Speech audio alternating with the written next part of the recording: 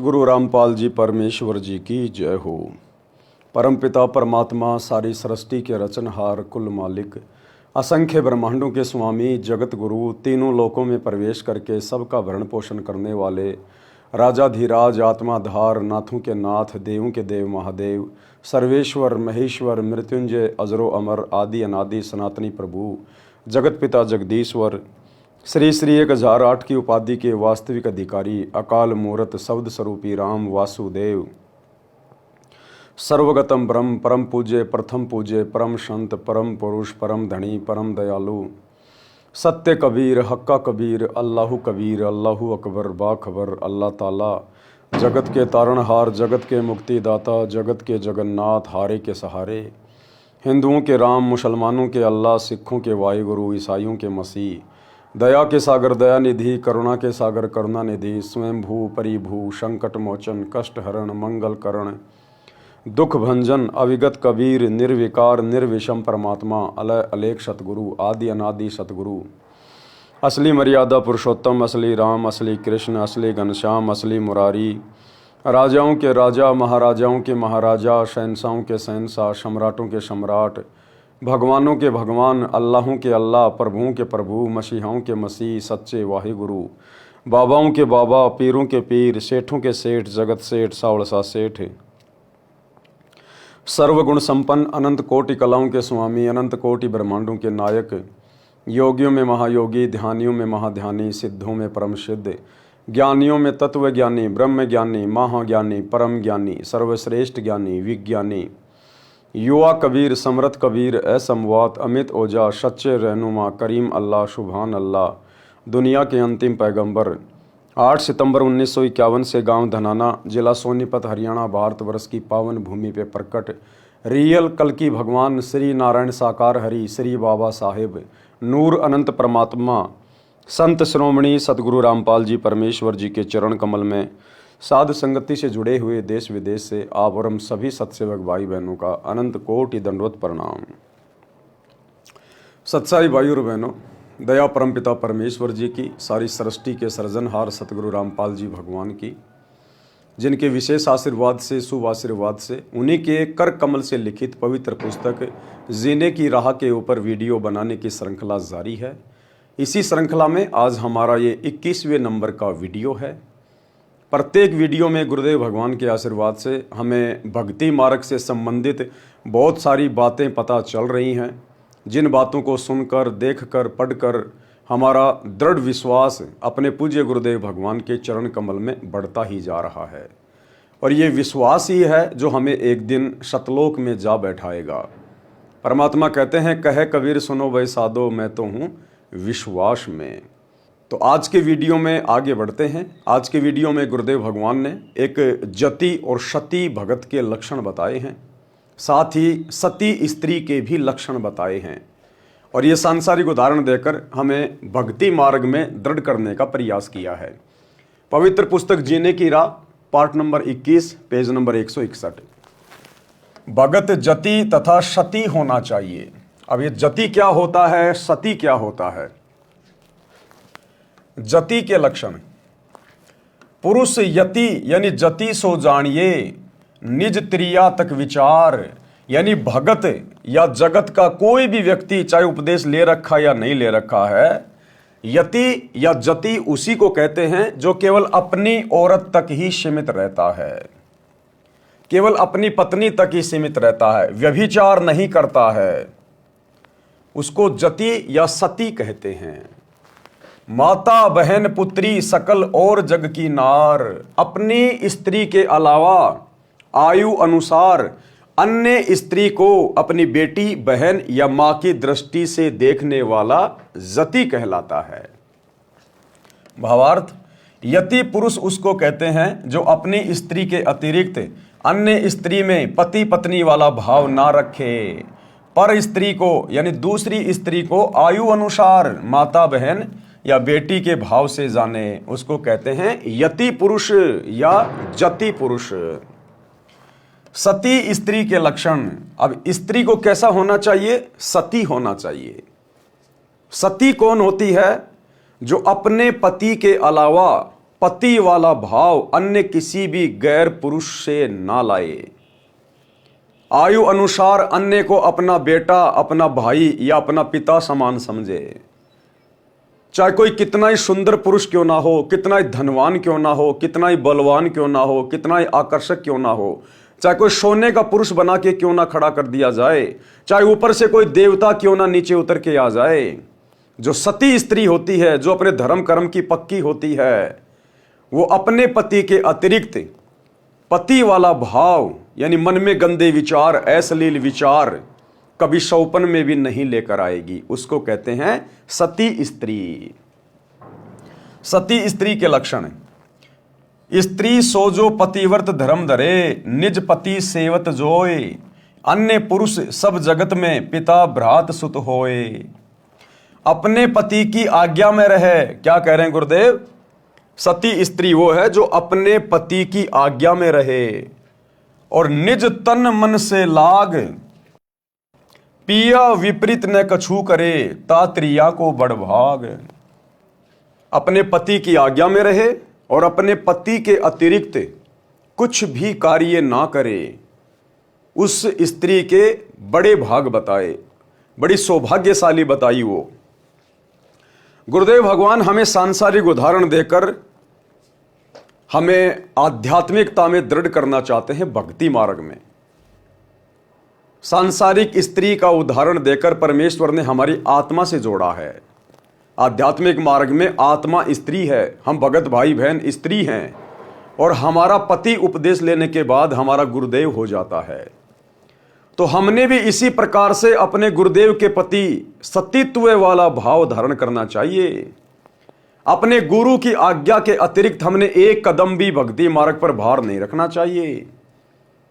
हमने अपने गुरु को, अपने पिया को, अपने परमेश्वर को प्रसन्न करने के हर संभव प्रयास करने चाहिए। उनकी आज्ञा के विरुद्ध हमने एक कदम भी बाहर नहीं रखना चाहिए। पिया विपरीत न कछु करे, तात्रिया को बड़ भाग। उस भगत के, चाहे वो बहन हो या भाई हो, उसके बड़े भाग, बड़ी सौभाग्यवती, बड़ी सौभाग्यशाली।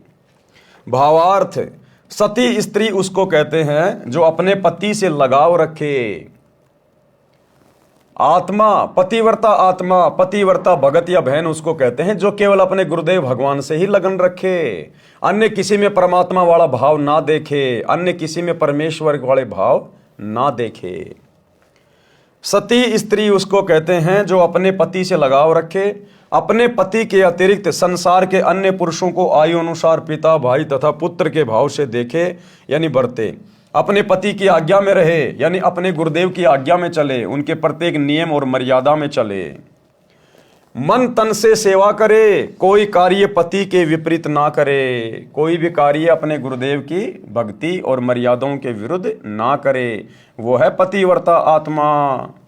और जब तक हम इस प्रकार से पतिव्रता पद पर नहीं आएंगे तो हमारी भक्ति सफलता की ओर नहीं बढ़ेगी। दान करना कितना अनिवार्य है, यानी भक्ति मार्ग में सच्चे सतगुरु से उपदेश लेने के बाद में दान करना कितना अनिवार्य है। कबीर मनोकामना बिहाय के हर्ष सहित करे दान, ताका तन मन निर्मल होए, होए पाप की हान। कबीर यज्ञ दान बिन गुरु के निस्दिन माला फेर, निष्फल वह करनी सखल सतगुरु बाखे टेर। प्रथम गुरु से पूछिए कीजिए काज बहोर, सो सुखदायक होत है मिटे जीव का खोर। भावार्थ: कबीर परमेश्वर जी ने बताया है कि बिना किसी मनोकामना के जो दान किया जाता है वह दान दोनों फल देता है। बिना किसी मनोकामना के, बिना किसी इच्छा के, बिना किसी भौतिक डिमांड के जो दान किया जाता है, ज्योति पाठ करवाया जाता है अपने गुरुदेव भगवान को, अपने गुरुदेव के कर कमल में, वो दान दोनों कार्य करता है। दोनों कार्य कौन से? क्योंकि सतगुरु अंतर्यामी है, सतगुरु को बताने की आवश्यकता नहीं है कि आपके ऊपर क्या संकट है या क्या संकट आने वाला है। सतगुरु अंतर्यामी है, वो हमारे मन में उठने वाली बात को जान जाते हैं। जिस घटना का जो आने वाले समय में घटने वाली है, हमारे ऊपर कोई संकट आने वाला है, कोई दुख आने वाला है, हम नहीं जानते, सतगुरु पहले से जानते हैं। तो सतगुरु को दान धर्म करते समय, ज्योति पाठ करवाते समय हमने अपने मन में कोई इच्छा नहीं रखनी, निष्काम भाव से हमने दान करना चाहिए।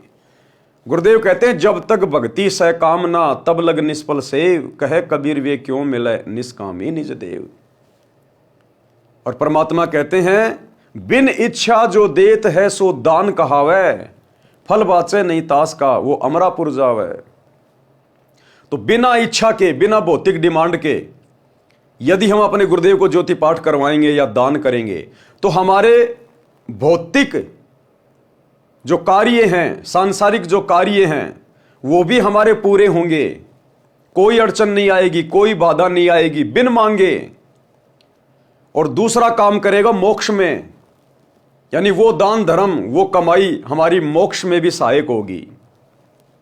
और यदि आपने डिमांड करके गुरुजी को ज्योति पाठ करवाई या दान किया, मन में कोई इच्छा आपके कि ये भगवान एक छोटा सा मेरे को प्लाट मिल जाए, ये भगवान मेरा लड़का नौकरी लग जाए, भले आप अपने गुरु से ना कहिए, लेकिन यदि आपके मन में कुछ इस प्रकार के विचार चल रहे हैं तो वो आपका सांसारिक कार्य तो हो सकता है परमात्मा पूरा कर देगा, आपके पोता भी हो जाएगा, आपका एक प्लाट भी ले लिया जाएगा, आपका बेटा भी नौकरी लग जाएगा, लेकिन वो दान धर्म का फल फिर आपके मोक्ष में काउंट नहीं होगा। तो परमात्मा ने बहुत अच्छा तरीका बताया कि जब भी दान धर्म करो, ज्योति पाठ अपने गुरुजी के हाथों में दो, तो मन में कोई इच्छा मत करो किसी प्रकार की, आंख बंद करके दे दो अपने गुरुदेव के चरणों में। आपके दोनों कार्य सफल होंगे, आपके सांसारिक कार्य भी अंतर्यामी सतगुरु सफल करेगा और मोक्ष में भी वो भक्ति धन आपका ऐड हो जाएगा। कबीर परमेश्वर जी ने बताया है कि बिना किसी मनोकामना के जो दान किया जाता है वह दान दोनों फल देता है। वर्तमान जीवन में कार्य की सिद्धि भी होगी तथा भविष्य के लिए पुण्य जमा होगा, और जो मनोकामना पूर्ति के लिए किया जाता है वह कार्य सिद्धि के पश्चात समाप्त हो जाता है। बिना मनोकामना पूर्ति के किया गया दान आत्मा को निर्मल करता है, पाप नाश करता है। पहले गुरु धारण करो, फिर गुरुदेव जी के निर्देश अनुसार दान करना चाहिए। सबसे पहले तो गुरु धारण करो, और गुरु भी सच्चा पूर्ण गुरु, तत्वदर्शी गुरु, और वो वर्तमान में केवल एक ही है पृथ्वी पे, सतगुरु रामपाल जी। गुरु धारण करने के बाद गुरुदेव जी के निर्देश अनुसार दान करना चाहिए। फिर आपने किसी भी ऐरे गहरे नथु बैरे के हाथों में दान नहीं देना, अपने किसी भी गुरु भाई के हाथों में दान नहीं देना, ज्योति पाठ का पैसा नहीं देना। अपने गुरुजी के निर्देशन में, गुरुजी से आज्ञा लेकर फिर आपने ज्योति पाठ करवानी है।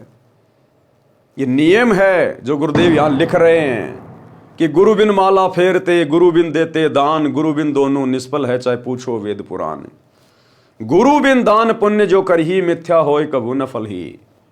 और गुरुदेव ने हमें निर्देशित किया है, आदेशित किया है सत्संगों में कि बच्चों सुपात्र को दान धर्म करना चाहिए, सुपात्र के हाथों में ज्योति पाठ का पैसा देना चाहिए। और फिर गुरुदेव ने यह भी बताया कि बच्चों सुपात्र इस पूरी पृथ्वी पर आपके गुरु के अलावा कोई दूसरा नहीं है। गुरु का बेटा कभी सुपात्र नहीं होता, गुरु की बेटी सुपात्र नहीं होती, गुरु की पत्नी सुपात्र नहीं होती, गुरु का भाई सुपात्र नहीं है, कोई कोऑर्डिनेटर सुपात्र नहीं है। सतगुरु ही सुपात्र है, या फिर सतगुरु जिसको अपना अधिकारी नियुक्त कर दे, सार्वजनिक तौर पर ठप्पा लगा दे अपना, उसके बाद फिर वो अधिकारी होता है। तो ये ठप्पा भाई अधिकारी वाला जब तक सतगुरु रामपाल जी भगवान धरती पे हैं तब तक किसी और के ऊपर नहीं लगाएंगे, अपने बेटा बेटी के ऊपर नहीं लगाएंगे, भाई बंधुओं के ऊपर नहीं लगाएंगे, किसी कोऑर्डिनेटर के ऊपर नहीं लगाएंगे। तो वर्तमान समय में जो कि 2025 का समय चल रहा है और 2014 में बरवाला कांड हुआ, गुरुदेव भगवान जेल में बैठे हुए हैं। आज गुरुदेव भगवान की गैर हाजिरी में, गुरुदेव भगवान से पूछे बिना, उनसे आज्ञा लिए बिना, उनके ज्ञान के विपरीत लाखों की संगत इन फर्जी सतलोक आश्रमों में जा जाके अपने गुरुदेव के नियम और मर्यादाओं की धज्जियां उड़ा रही है, और बिना गुरु आज्ञा के अर्थात हिसार जेल में जाकर अपने गुरुजी से आज्ञा लिए बिना ज्योति पाठ और दान करवा रही है। किनको? कुपात्रों को, गुरुदेव के परिवार को, कोऑर्डिनेटरों को। और ये कुपात्र संगत की आंखों के सामने उस दान का जी भरकर दुरुपयोग भी कर रहे हैं, क्योंकि कुपात्र तो दुरुपयोग ही करेगा, आपके दान को बर्बाद ही करेगा। अन्यथा भैया सतगुरु का वचन फैल हो जाएगा। फिर सतगुरु ने क्यों कहा कि सुपात्र को दान करना चाहिए और सुपात्र केवल सतगुरु होता है? तो आपने तो कुपात्रों को दे दिया, कुपात्रों को। गुरु का परिवार आपका सतगुरु नहीं है, ये कोऑर्डिनेटर आपके सतगुरु नहीं है। आपने किन कुपात्रों को दे दिया इस परीक्षा के समय में? और ये कुपात्र जी भर के आपके करोड़ों के दान का दुरुपयोग कर रहे हैं, आपके कर्म फोड़ रहे हैं, आपकी मर्यादा तोड़वा रहे हैं। धनाना गांव में करोड़ों रुपये का स्टेडियम बना दिया, जो कि गुरुदेव की आज्ञाओं के खिलाफ, सत्संगों के विपरीत। हरियाणा के जाट आरक्षण में करोड़ों रुपया चंदे के रूप में दे दिया। आनंदपाल सिंह जैसे गैंगस्टरों की सीबीआई जांच के समर्थन में 5 लाख रुपए दे दिए। हरियाणा के गोहाना जाट महासभा का 5वां फ्लोर बनवा दिया गया, जो 1 करोड़ से ऊपर बनेगा। अयोध्या में भंडारा लगा दिया काल पुजारियों के लिए। और भी दुनिया भर के पाखंड आडंबर आए दिन ये लोग आपके दान धर्म के ऊपर करते ही रहते हैं, काल प्रेरणा से आप लोगों की मर्यादा तोड़वाने के लिए। तो भैया सतगुरु का वचन मिथ्या नहीं जाता। सतगुरु ने कह दिया कि दान केवल सुपात्र को दिया जाता है, सुपात्र केवल आपका गुरु है। बाकी आप किसको दे रहे हैं ये आप स्वयं निर्णय कर लीजिएगा। पहले गुरु धारण करो, फिर गुरुदेव जी के निर्देश अनुसार दान करना चाहिए। बिना गुरु के कितना ही दान करो और कितना ही नाम सुमरण की माला फेरो, सब व्यर्थ प्रयत्न है। ये सत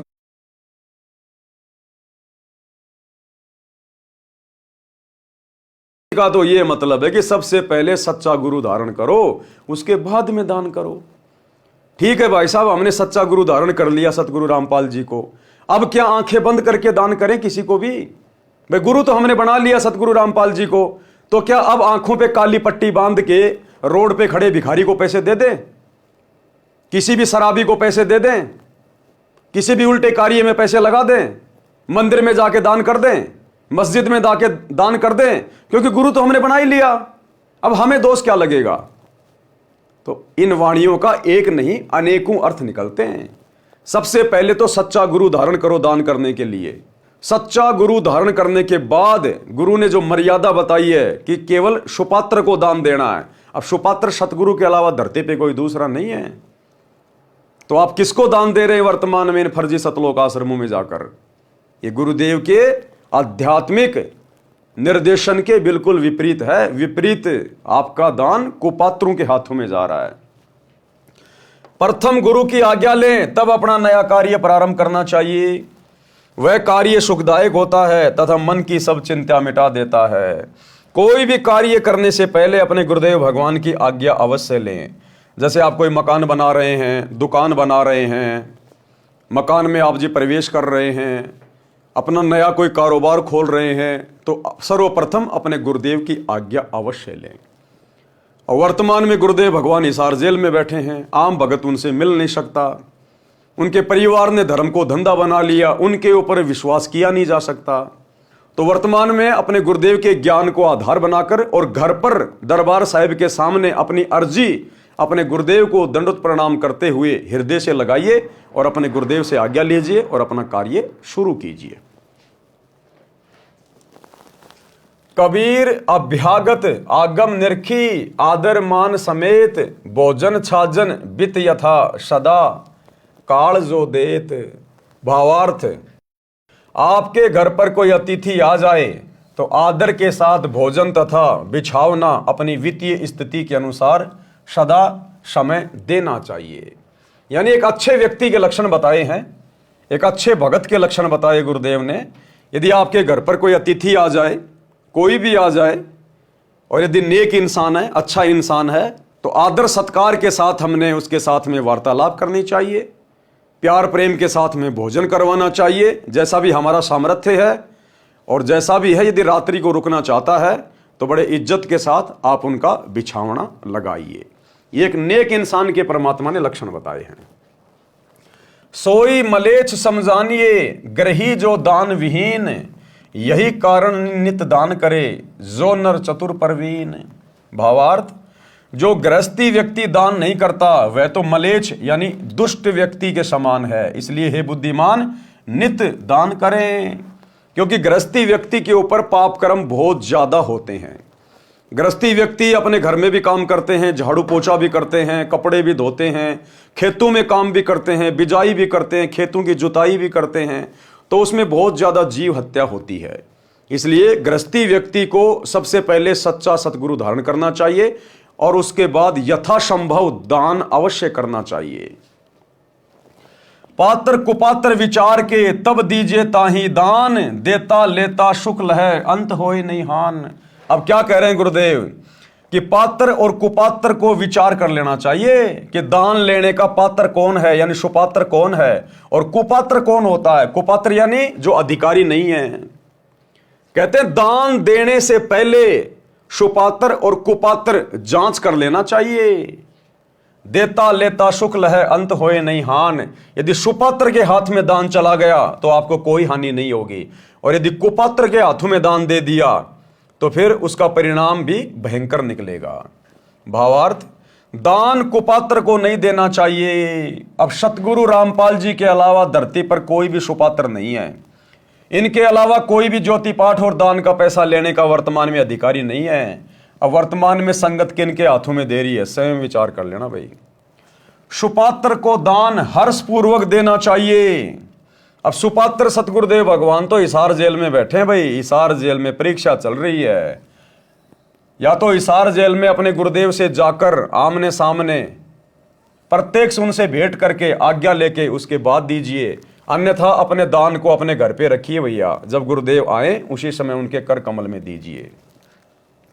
सुपात्र गुरुदेव बताया। सुपात्र कौन है? गुरुदेव। और कोई सुपात्र नहीं है धरती पर, दान लेने का कोई अधिकारी नहीं है। सुपात्र गुरुदेव बताया है। फिर कोई भूखा है उसको भोजन देना चाहिए। रोगी का उपचार अपने वित्त सामने धन देकर करना। क्या कह रहे हैं गुरुदेव? यदि कोई भूखा है तो उसको भोजन देना चाहिए। भोजन के पैसे नहीं देने चाहिए। नगद 1 रुपया भी भगत ने किसी को नहीं देना अपने गुरु के अलावा। चाहे कोई कितना ही गिड़गिड़ाए, कितना ही रोए, कितना ही नौटंकी करे, भगत ने भावनाओं में नहीं बहना। आवश्यकता से अधिक दया धर्म भी भगत के लिए हानिकारक होता है। हमने राजा जनक जैसी गलती नहीं करनी। उन 12 करोड़ नरक में पड़ी हुई आत्माओं की पुकार सुन के, ये कलयुग की बिचली पीढ़ी है, फूक फूक के कदम रखना पड़ेगा। काल तो वैसी परिस्थितियां प्रकट करेगा हमें डुबोने के लिए, हमारी मर्यादा तुड़वाने के लिए। और सतगुरु भी वर्तमान में जेल में बैठ के वही देख रहा है कि मेरे हैं कितने, मेरे ज्ञान को आधार बनाकर कितने भक्ति कर रहे हैं, देखा देखे में भेड़ की पूंछ पकड़ के कितने चल रहे हैं। आप यदि कोई भूखा है तो उसको भोजन खिला दीजिए। आपके घर से बना के खिला दीजिए, या आप यदि बाजार में हैं और कोई आपसे भोजन की डिमांड कर रहा है, वास्तव में भूखा है, तो किसी भी दुकान से भोजन लेकर आप उसको दे दीजिए। आपने नगद पैसा बिल्कुल भी नहीं देना, बिल्कुल भी। यदि आप जल्दबाजी में हैं, उसको भोजन करवाने की स्थिति में नहीं है, तो हाथ जोड़ लीजिए कि भाई साहब माफ करना, अभी मैं थोड़ा जल्दी में हूं। फिर कोई भूखा है उसको भोजन देना चाहिए। रोगी का उपचार अपने वित्त सामने धन देकर करना। यदि कोई रोगी है, कोई बीमार है, चाहे आड़ोसी हो, चाहे पड़ोसी हो, चाहे रिश्तेदार हो, हमने उनको नगद पैसे नहीं देने कि भाई साहब मेरा बेटा बहुत बीमार हो गया, मेरे फोन पे में पैसे डाल दे। समय नहीं है भाई साहब। भावनाओं में नहीं बहना, जल्दबाजी नहीं करनी बिल्कुल भी। अपनी आंखों के सामने अगर दवा की जरूरत है तो मेडिकल पे जाइए। 2, 4, 5 हजार जितने की भी दवा की आवश्यकता है, यदि आप समर्थ हैं तो आप अपनी जेब से मेडिकल वाले को पैसे दीजिए। जितने की दवा है उतने ही, 1 रुपया भी नहीं फालतू। उसको 100 रुपए भी फालतू नहीं देने के हिसाब तू अपने खर्चे के लिए रख ले। हाँ, यदि हमारा कोई भगत भाई बहन है, नाम उपदेश ले रखा है, मर्यादा में है, उसको हम नगद पैसा देके उधार मदद कर सकते हैं, क्योंकि वो परमात्मा का भगत है, वो पैसे का दुरुपयोग नहीं करेगा। और यदि फिर भी वो दुरुपयोग करेगा तो सजा फिर वो भोगेगा, हम नहीं भोगेंगे, क्योंकि हमने तो अपनी आंखों के सामने उसकी स्थिति को देखकर हमने उसकी मदद की है। अब वो यदि अपने कर्म फोड़ रहा है, अपने भगवान को धोखा दे रहा है, तो लाख बार दे। लेकिन जगत वाला कोई भी व्यक्ति हो, चाहे रिश्तेदार हो, चाहे अड़ोसी हो, चाहे पड़ोसी हो, उनको नगद पैसा नहीं देना, चाहे कोई कितना बीमार हो। डॉक्टर की फीस देने में वो समर्थ नहीं है, यदि आप समर्थ हैं, उसकी मदद करना चाहते हैं, तो आप जी खुद जाइए हॉस्पिटल में, डॉक्टर से पूछिए साहब आपकी कितनी फीस है, बोलेगा साहब 3,000 रुपये, लीजिए साहब 3,000 रुपये, और उसको बोल दीजिए भाई मैं आपको ये उधार दे रहा हूं, ये पैसा आप मेरा लौटा देना। फ्री में मदद नहीं करनी, बिल्कुल भी ना भगत की ना जगत की, फ्री में मदद नहीं करनी, उधार का बोल के दीजिएगा। अगर वो नहीं चुका पाएगा किसी कारण से, तो फिर कोई दिक्कत नहीं होने वाली, क्योंकि हमने फ्री में नहीं दिया, हमने तो उधार दिया। अब कोई सामने वाला देने में समर्थ नहीं है या उसकी नीयत खराब हो गई, तो फिर हम भक्तों को दोष नहीं है, उसके कर्म फिर उसके साथ में हैं। तो इस प्रकार से भाई और बहनों, हमने किसी की भी मदद करते समय किसी भी प्रकार की बहुत सोच समझ के कदम रखना है। यह काल का भयंकर जाल है, वो कदम कदम पर भक्तों के साथ में धोखा करने का प्रयास करेगा। हमने भावनाओं में नहीं बहना, जल्दबाजी में कोई डिसीजन नहीं लेना। दुनिया मरे तो मरे, उनकी जल्दबाजी में हम क्यों मरे अपनी मर्यादा तोड़ के। अगर इतना ही ज्यादा दुखी है, परेशान है, तो आजा भगवान की शरण में, नाम दीक्षा ले, संकल्प ले, भक्ति कर, अपनी सत्संग सुनना शुरू कर। अगर इतना ज्यादा दुखी हो रहा है तो हमने किसी के दुख में भावनाओं में बहकर अपनी मर्यादा नहीं तोड़नी है। ये दुनिया आए दिन लाखों मर रही है, मर जाएंगे, मरने दो। भक्ति नहीं करेगा वो आज, नहीं तो वो कल मरेगा, लेकिन हम क्यों मर्यादा तोड़ के मरे उसके चक्कर में। तो यदि कोई रोगी है तो भाई डायरेक्ट नगद पैसा मत देना, आप सामने जाकर गोली दवाई दिलवा दो। बाढ़ पीड़ित, यदि कोई बाढ़ आ गई, कहीं पर भूकंप आ गया, और यदि आप समर्थ हैं, तो आप किसी के मोबाइल पे, फोन पे या बहुत सारे लोग उस समय वीडियो बनाएंगे, आप बाढ़ पीड़ितों की मदद कीजिएगा, वहां भूकंप आ गया, आपकी मदद की आवश्यकता है। आप यदि 100 रुपए भी डालेंगे तो लाखों रुपए हो जाएंगे, लोगों की मदद हो जाएगी। हमने इन भावनाओं में नहीं बहना, फालतू का दानी नहीं बनना। यदि आपके आसपास ऐसा कोई सिस्टम है, कहीं बाढ़ आई है, कोई भूकंप आया है, आप जी अपने घर से भोजन भंडारा बनवा के लेके जाइए, और उसके बाद आप उनको भोजन दीजिएगा। या मार्केट से कोई चीज़ वगैरह, कोई फल फ्रूट वगैरह, या कोई फूड पैकिंग वगैरह। और फूड पैकिंग भी ऐसी होनी चाहिए जिसको आदमी बेच ना दे। आजकल ये भिखारी भी बड़े एडवांस हैं। आप किसी को भी क्या करोगे, बिस्कुट का पैकेट दे दोगे, वो उसको दुकान वाले को 3 रुपए में दे देगा वापस, और 2 रुपए जो बचेंगे उसका गुटखा लेके खा लेगा। आप जिसको भी बिस्कुट दें, कोई भी फूड दें, जो पैकिंग होता है थोड़ा सा उसको फाड़ दें, बिस्कुट के पैकेट को थोड़ा 2 टूक कर दें बीच में हल्का सा, या और कोई भी पैकिंग का सामान है उसकी पैकिंग को थोड़ा सा फाड़ दें। नहीं तो आजकल बड़े उस्ताद हैं, ये 100 रुपए की चीज को 25 रुपए में दुकान वाले को दे देंगे। अब 25 रुपए तो गए ना, 25 रुपए का जो वो उल्टा काम करेगा, नुकसान तो हमें हुआ ना फिर। तो बहुत सोच समझ के भाई और बहनों, तो बाढ़ पीड़ितों को भी भोजन खिलाइए, खाने पीने का सामान दीजिए, नगद पैसे नहीं। भूकंप पीड़ितों को समूह बनाकर भोजन, कपड़े अपने हाथों से देना सुपात्र को दिया गया दान है। क्या कह रहे हैं गुरुदेव, अपने हाथों से देना। अब हाथों से कब देंगे, वहां पहुंच के देंगे। घर बैठे मोबाइल पे स्कैन करके रुपए नहीं डालेंगे। अपने हाथों से देने का मतलब वहां पहुंच के देना, अपनी आंखों के सामने, कि वास्तव में इसको आवश्यकता है, और नगद बिल्कुल नहीं देना। तो इतनी सावधानी हमने बरतनी है। अपने हाथों देना, सुपात्र को दिया दान कहा है, इससे कोई हानि नहीं होती है। धर्म बोध पृष्ठ 189 का सारांश। कबीर फल कारण सेवा करे, निस्दिन याचे राम, कहे कबीर सेवा नहीं, जो चाहे चौगुने दाम। कि भैया अगर सेवा के बदले अगर तू धन की उम्मीद कर रहा है, तो फिर तू तो मजदूरी कर रहा है, तू भक्ति नहीं कर रहा, तू तो बिजनेस कर रहा है, तू तो व्यापार कर रहा है। कि मैं गुरुजी को एक ज्योति करवा दूं, अगर मेरा एक प्लाट अगर वो बिक जाए, तो अगर वो प्लाट में ले लूं तो गुरुजी को ज्योति करवा दूं, तो तू तो भैया बिजनेस कर रहा है, गुरु के साथ में धंधा कर रहा है। तू सेवा थोड़ी कर रहा है, दान थोड़ी कर रहा है। कबीर फल कारण सेवा करे, निस्दिन याचे राम, कहे कबीर सेवा नहीं, जो चाहे चौगुने दाम। जो किसी कार्य की सिद्धि के लिए सेवा यानी पूजा करता है, दिन रात परमात्मा से मांगता रहता है। परमेश्वर कबीर जी ने कहा है कि वह सेवा नहीं, जो 4 गुना धन सेवा के बदले इच्छा करता है। कबीर सज्जन सगे कुटुंब हितु, जो कोई द्वारे आव, कबहू निरादर ना कीजिए, राखे सबका भाव। एक नेक भगत के क्या लक्षण बताए, एक अच्छे इंसान के गुरुदेव ने क्या लक्षण बताए। भद्र पुरुषों, सगे यानी रिश्तेदारों, कुटुंब यानी परिवारजनों तथा हितु यानी आपके हितैषियों का आपके द्वार पर आना हो तो कभी अनादर नहीं करना चाहिए, सबका भाव रखना चाहिए, लेकिन अपनी मर्यादाओं का विशेष ध्यान रखना चाहिए। मर्यादा तोड़कर हमने दूसरों का आदर सत्कार नहीं करना, मर्यादा तोड़कर हमने ज्यादा सम्मान का पात्र नहीं बनना। अपनी मर्यादा पहले, घर पर कोई भी आ जाए, रिश्तेदार आ जाओ, कोई सगा संबंधी आ जाओ, सबको प्यार प्रेम से बोलिए, बढ़िया भोजन खिलाइएगा, परमात्मा की चर्चा सुनाइएगा। हमने अपनी मर्यादाओं का सबसे पहले ध्यान रखना है। कबीर कोड़ी कोड़ी जोड़कर कीने लाख करोड़, पैसा एक ना संग चले केते दाम बटोर। कि भैया कितना ही जोड़ ले, कितना ही बैंक भर ले, कितना ही दुनिया लूट ले, रिश्वत ले ले, ठग ले, अंत में तेरे साथ एक फुट्टी कोड़ी भी नहीं जाएगी। जो कर्म तूने बिगाड़ लिए, लोगों को ठग के, चोरी करके, धन जमा करके, वो कर्म तेरे साथ जाएंगे। भावार्थ, दान धर्म पर पैसा खर्च किया नहीं, लाखों करोड़ों रुपए जमा कर लिए, संसार छोड़कर जाते समय एक पैसा भी साथ नहीं चलेगा, चाहे कितना ही धन संग्रह कर लो।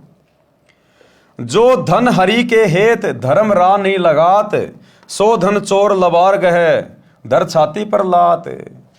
जो व्यक्ति दान धर्म में पैसा नहीं लगाता, शुभ कार्यों में पैसा नहीं लगाता है, कहते हैं जो धन हरि के हेत धर्म रा नहीं लगात, सो धन चोर लबार गहे धर छाती पर लात। कहते हैं चोर उसके धन को चुरा लेंगे, उसकी छाती पे लात धर के। आपका लड़का बीमार हो जाएगा, एक्सीडेंट हो जाएगा, आपने डॉक्टर को लाखों रुपए देने पड़ेंगे, कार्ड ले गए, छाती पे पैर रख के। जो आप 5,000 रुपए भी दान में लगाने से डर रहे थे ना, कि कहीं पैसे कम ना पड़ जाए, नुकसान ना हो जाए, अब छोरा बीमार हो गया, अब लाखों रुपए वो डॉक्टर लेगा छाती पे पैर धर के। घर में चोरी हो जाएगी, चोर चुरा ले जाएंगे पैसा, ज्वेलरी, सोना चांदी, छाती पे पैर रख के रोते रहो फिर बाद में। और दान धर्म करते तो परमात्मा मुसीबत में आगे खड़ा हुआ मिलता, आगे खड़ा हुआ। जो धन परमात्मा के निमित्त खर्च नहीं होता, कभी धर्म कर्म में नहीं लगता, उसके धन को डाकू, चोर, लुटेरे छाती ऊपर लात रखकर यानी डरा धमकाकर छीन ले जाते हैं। सत का सौदा जो करे दंभ छल छिद्र त्यागे, अपने भाग का धन लहे पर धन विषम लागे।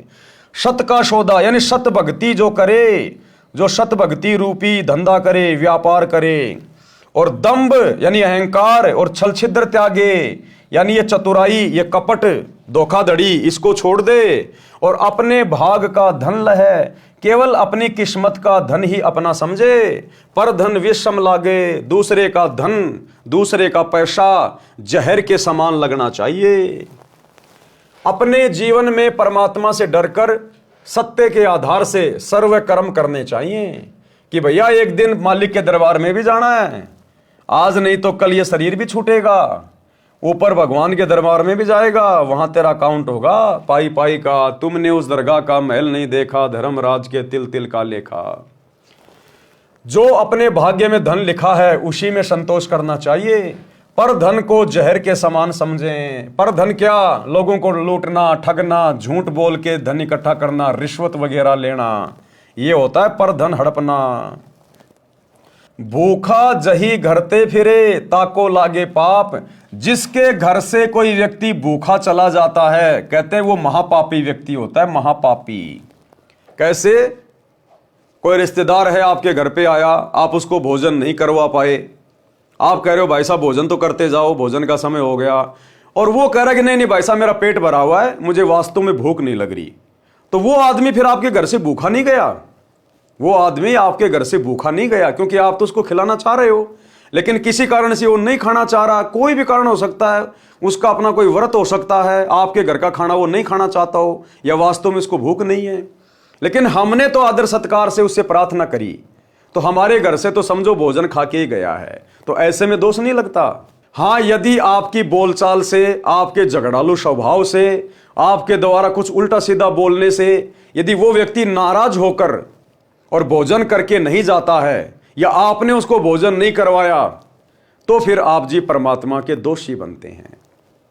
तो भगत ने आए हुए को एक प्रकार से, जैसे कहते हैं ना कि भाई घर पे आया हुआ तो भगवान समान होता है, मेहमान तो भगवान समान होता है, तो हमने उसी भाव से उनको भोजन पानी के लिए जरूर प्रार्थना करनी चाहिए। और कोई नहीं खा के जाता है अपनी मर्जी से, तो फिर हमें दोष नहीं है। भूखा जहीं करते फिरे ताको लागे पाप, भूखों भोजन जो देत है कटे कोटि संताप। करोड़ों पाप कर्म नष्ट हो जाते हैं जो भूखे को भोजन खिलाता है। अब भाइयों और बहनों, ये वाणी क्या कह रही है? भूखा जहीं करते फिरे, जिस घर से भूखा व्यक्ति चला जाए ताको लागे पाप। यहां तो गुरुदेव कह रहे हैं अगर आपके घर से कोई भूखा चला गया आपकी कमजोरी के कारण, तो आप बहुत बड़े पाप के भागी हैं।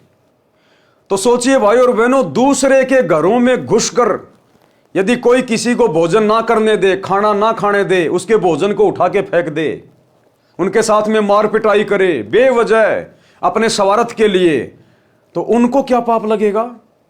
जब घर पे आए हुए व्यक्ति को आपने भोजन नहीं करवाया और किसी कारण से झगड़ा करके निकाल दिया, उसका कितना पाप है। और आप दूसरे के घर में जाके मारपीट करो, उनको भोजन ना करने दो, तो कितना पाप लगेगा, गिनती नहीं है। तो ये पाप वर्तमान में काल करवा रहा है सतगुरु रामपाल जी के परिवार से, इन कोऑर्डिनेटरों से। साध संगतियों में जाते हैं ये लोग, पुलिस वालों को लेके साध संगतियां बंद करवाने के लिए, भंडारे बंद करवाने के लिए, और वहां जाकर सत्सेवक भाई बहनों के सामान को फेंकते हैं, हलवे राम को फैला देते हैं, भक्तों के साथ मार पिटाई करते हैं, थाने में लेके जाते हैं, उनको भोजन नहीं करने देते, भंडारा नहीं करने देते। तो सोचिए इन राक्षसों के साथ, गुरुदेव के परिवार के साथ और इन कोऑर्डिनेटरों के साथ, और इनके चक्कर में जो आम संगत आकर इस प्रकार का कुकृत्य कर डालती है सत्सेवकों के साथ, सोचिए उन लोगों के साथ में क्या बीतेगी आने वाले समय में। वो तो टोटली परमात्मा के विधान के सैकड़ों गुना ज्यादा खिलाफ कर रहे हैं। इसलिए भाई और बहनों, दास बार बार कहता है कि जो दुर्गति आने वाले समय में संत रामपाल जी के उन भक्तों की होगी जो जानबूझ के आंख बंद करके बैठे हैं, इतनी तो जगत वालों की भी नहीं होगी, क्योंकि ये लोग जानबूझ के सांची तज रहे हैं। भावार्थ, जिस घर से कोई भूखा लौट जाता है उसको पाप लगता है, और भूखों को भोजन देने वालों के करोड़ों विघ्न टल जाते हैं। वैसे तो बहुत सारी साध संगतियों में इन लोगों ने उपद्रव मचाया है, लेकिन विशेषकर जब दिल्ली में साध संगति थी, भोजन भंडारा तैयार था, सभी भगत भाई बहन तकरीबन 40 से 50 दूर दूर से आए हुए अन्य स्टेट से बेचारे शाम को अपने गुरुदेव को भोग लगा रहे थे बड़ी भोग की आरती के साथ। उसी समय सतलोक आश्रम वालों ने एंट्री मार दी, पुलिस वालों को दारू पिला के लेके गए और भक्तों को बहुत बुरी तरह से मार पिटाई करवाई, थाने में लेके गए, भंडारे को फैला दिया, किसी को भंडारा नहीं करने दिया। बेचारे भगत न जाने कहां कहां से भूखे आए थे, अपने गुरुदेव को भोग लगा रहे थे कि बाद में चलो भंडारा करेंगे, बेचारे वापस भूखे गए। तो सोचिए भाई और बहनों, ये साध संगतियां वर्तमान में पृथ्वी पर एकमात्र सत्य समागम है। साध संगतियों के समान धर्म कहीं नहीं हो रहा वर्तमान में धरती पर कहीं भी। इन सतलोक आश्रमों में तो पाखंड चल रहा है, कोरा पाखंड। केवल धार्मिक धंधे के लिए संगत को लूटा जा रहा है, अपनी मान बढ़ाई के लिए, दिखावे के लिए लड्डू जलेबी बर्फी। यहां गुरु को परमात्मा मान के उनको भोग नहीं लगाया जाता। ये लोग तो पाप का भोजन खा रहे, दुनिया को खिला रहे इन आश्रमों में। क्योंकि जो अपने गुरु को इष्ट मान के, कबीर भगवान मान के उनको भोग नहीं लगाता है, वो तो समझो पाप खा रहा है, गीता अध्याय 3 श्लोक 13 के अनुसार। तो इन सतलोक आश्रमों से जुड़े भाई बहन, गुरुदेव का परिवार, ये कोऑर्डिनेटर, ये अपने गुरु को इष्ट नहीं मानते। ये तो उस कागज की दाढ़ी मूछ वाली कबीर जी की समझे जाने वाली नकली फोटो को भगवान मानते हैं। तो ये तो वैसे भी पाप का भोजन है, चाहिए कितना मर्जी खा लो, कुछ भी खा लो बना के।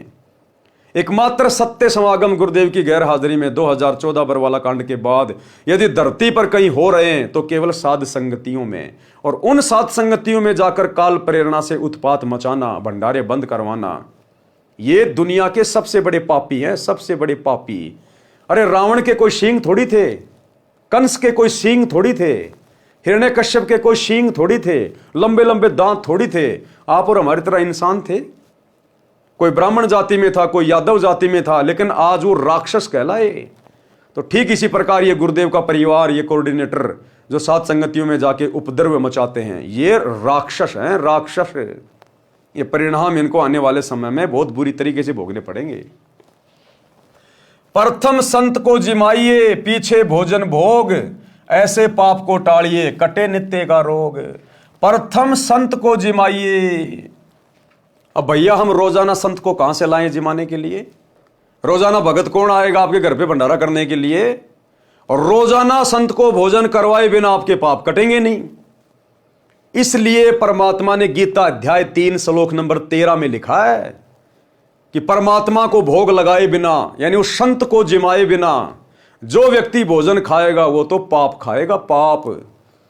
इसलिए सतगुरु ने अपनी प्यारी आत्माओं को, सतसेवकों को बचाने के लिए काल के कहर से और अपने शास्त्र अनुकूल भक्ति विधान अनुसार आगे बढ़ाने के लिए यह प्रेरणा की है कि बच्चों घर घर में अपने गुरुदेव को इष्ट मान के भोग लगाओ।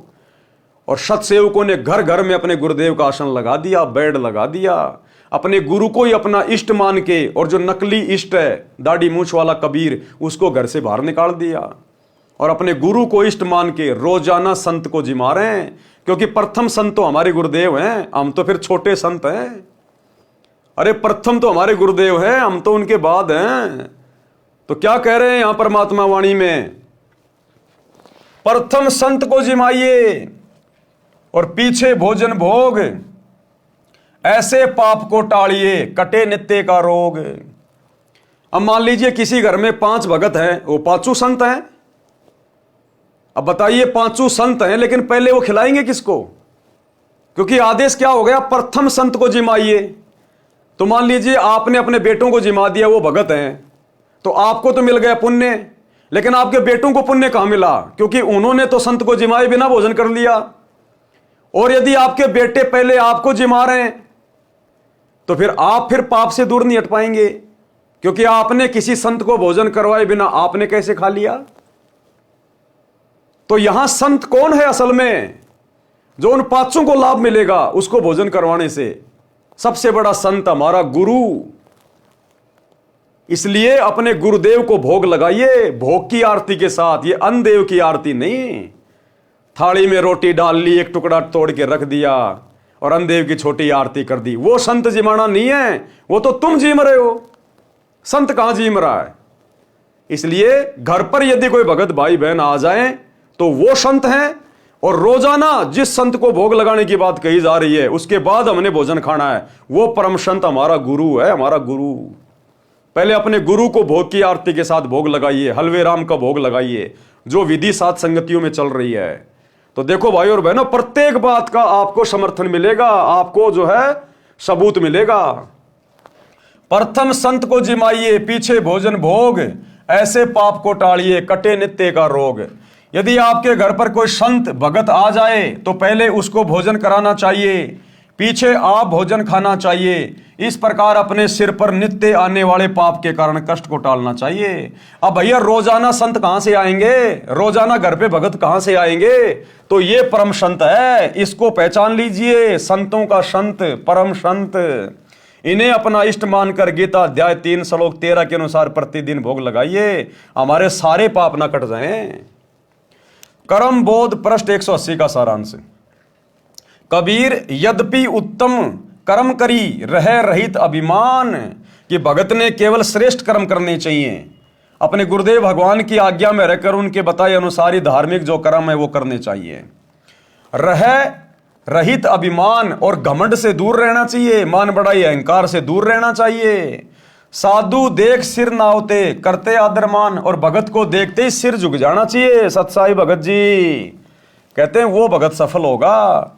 और यहां भक्तों को जा जाके लठों से मार रहे हैं, सात संगतियों में भक्तों पे मुकदमा करवा रहे हैं, भक्तों को जेल करवा रहे हैं। तो बताइए इनके साथ में क्या बीतेगी आने वाले समय में? भावार्थ, अभिमान त्याग कर श्रेष्ठ कर्म करने चाहिए। अब भैया अभिमान तो कूट कूट के भर दिया काल ने संगत में, वर्तमान में गुरुदेव की गैर हाजिरी में। अभिमान कहां से त्यागेंगे और श्रेष्ठ कर्म कहां से करेंगे? ये तो घटिया कर्मों में लग गए। राजनेताओं की रैलियों में धक्के खाना श्रेष्ठ कर्म नहीं है भक्ति मार्ग में। दुनिया के लिए अपने गुरुदेव की मर्यादा तोड़ के स्टेडियम बनवाना श्रेष्ठ कर्म नहीं है भक्ति मार्ग में। अयोध्या में जाके आन उपासना को बढ़ावा देते हुए काल पुजारियों के लिए भंडारा लगाना ये श्रेष्ठ कर्म नहीं है गुरुदेव के अनुसार। हरियाणा के जाटों की धर्मशाला बनवाना, करोड़ों रुपया भक्तों के दान पाठ का ज्योति का बर्बाद करना ये श्रेष्ठ कर्म नहीं है। जाट आरक्षण में करोड़ों रुपया चंदे में दे देना, भक्तों की मर्यादा तोड़वाना वहां बैठा कर ये श्रेष्ठ कर्म नहीं है।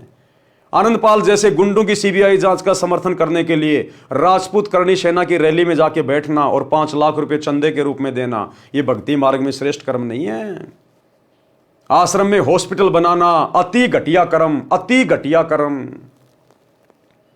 तो भाई और बहनों, परमात्मा का विधान क्या कह रहा है, गुरुदेव का संविधान क्या कह रहा है और भगत समाज किस दिशा में जा रहा है, इसी बात की परीक्षा लेने के लिए, अपने सिर से नकली भक्तों का बोझ उतारने के लिए परमात्मा ये लीला कर रहे हैं। इस जेल में बैठने की किसी ने बांध नहीं रखा है, वो अबंध परमात्मा है।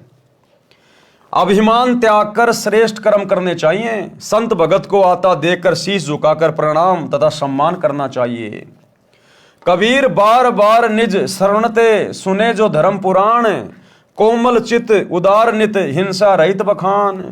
भगत को चाहिए कि वह बार बार धर्म कर्म के विषय में सत्संग ज्ञान सुने और अपना चित्त कोमल रखे। अहिंसा परम धर्म है, ऐसे अहिंसा संबंधी प्रवचन सुनने चाहिए। कबीर न्याय धर्म युक्त कर्म सब करे, न करना कभू अन्याय। जो अन्यायी पुरुष है बंधे जमपुर जाए। सदा न्याय युक्त कर्म करने चाहिए, कभी भी अन्याय नहीं करना चाहिए। जो अन्याय करते हैं वे यमराज के लोक में नरक में जाते हैं। धर्म बोध पृष्ठ 181 का सारांश है। आम संगत यदि बेचारी कानों में सोना पहन ले, कोई चांदी के आभूषण पहन ले, तो तुरंत उनका शतलोक आश्रम वालों की तरफ से पीला पर्चा निकाल दिया जाता है कि गुरुजी का आदेश है, ये अभी तक सोना पहनता है और सारनाम भी ले रखा है, इसकी सभी आश्रमों से नामदान सेंटरों से नो एंट्री की जाती है। और गुरुजी की लड़की मंजू, देखे कोई माई का लाल, उससे छुड़वा देना कानों में सोना पहनना। अरे गुरु की बड़ी लड़की जिसने सारनाम ले लिया, सार शब्द ले लिया, बस वो तो सतलोक के लिए तैयार बैठी है, कभी भी जा सकती है। उसका सोना पहनना छुड़वा दो ना कोई माई का लाल। आज 2025 तक तो सोना पहनना छोड़ा नहीं है, आगे की मैं कह नहीं सकता। तो ये न्याय नहीं हो रहा, ये अन्याय हो रहा है, अन्याय। आम संगत का तो पीला पर्चा निकाल दिया जाता है छोटी सी बात पे, और गुरुजी की लड़की सरेआम सोना पहन के घूम रही है, कोई माई का लाल उसकी नो एंट्री करके दिखाओ ना। तो ये अन्याय हो रहा है, न्याय नहीं हो रहा। सदा न्याय युक्त कर्म करने चाहिए, कभी भी अन्याय नहीं करना चाहिए। जो अन्याय करते हैं वे यमराज के लोक में नरक में जाते हैं। धर्म बोध पृष्ठ 181 का सारांश है। कबीर गृह कारण में पाप बहु नित लागे सुन लोए, ताही ते दान अवश्य दूर ताही ते होए।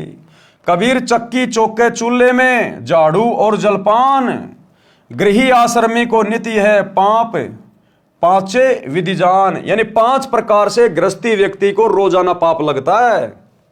आटा पीसता है उस समय जीव मरते हैं, घर में झाड़ू चौका होता है उस समय जीव मरते हैं, चूल्हे में खाना बनाया जाता है उसमें जीव मरते हैं, झाड़ू लगाई जाती है, और जलपान यानी खाना वाना खाते समय, बर्तन वर्तन धोते समय, खेतों में काम करते समय।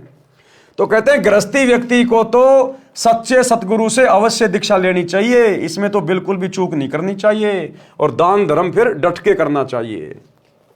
भावार्थ, गृहस्थी को चक्की से आटा पीसने में, खाना बनाने में चूल्हे में अग्नि जलाई जाती है, चौका अर्थात स्थान लीपने में तथा झाड़ू लगाने तथा खाने तथा पीने में 5 प्रकार से पाप लगते हैं।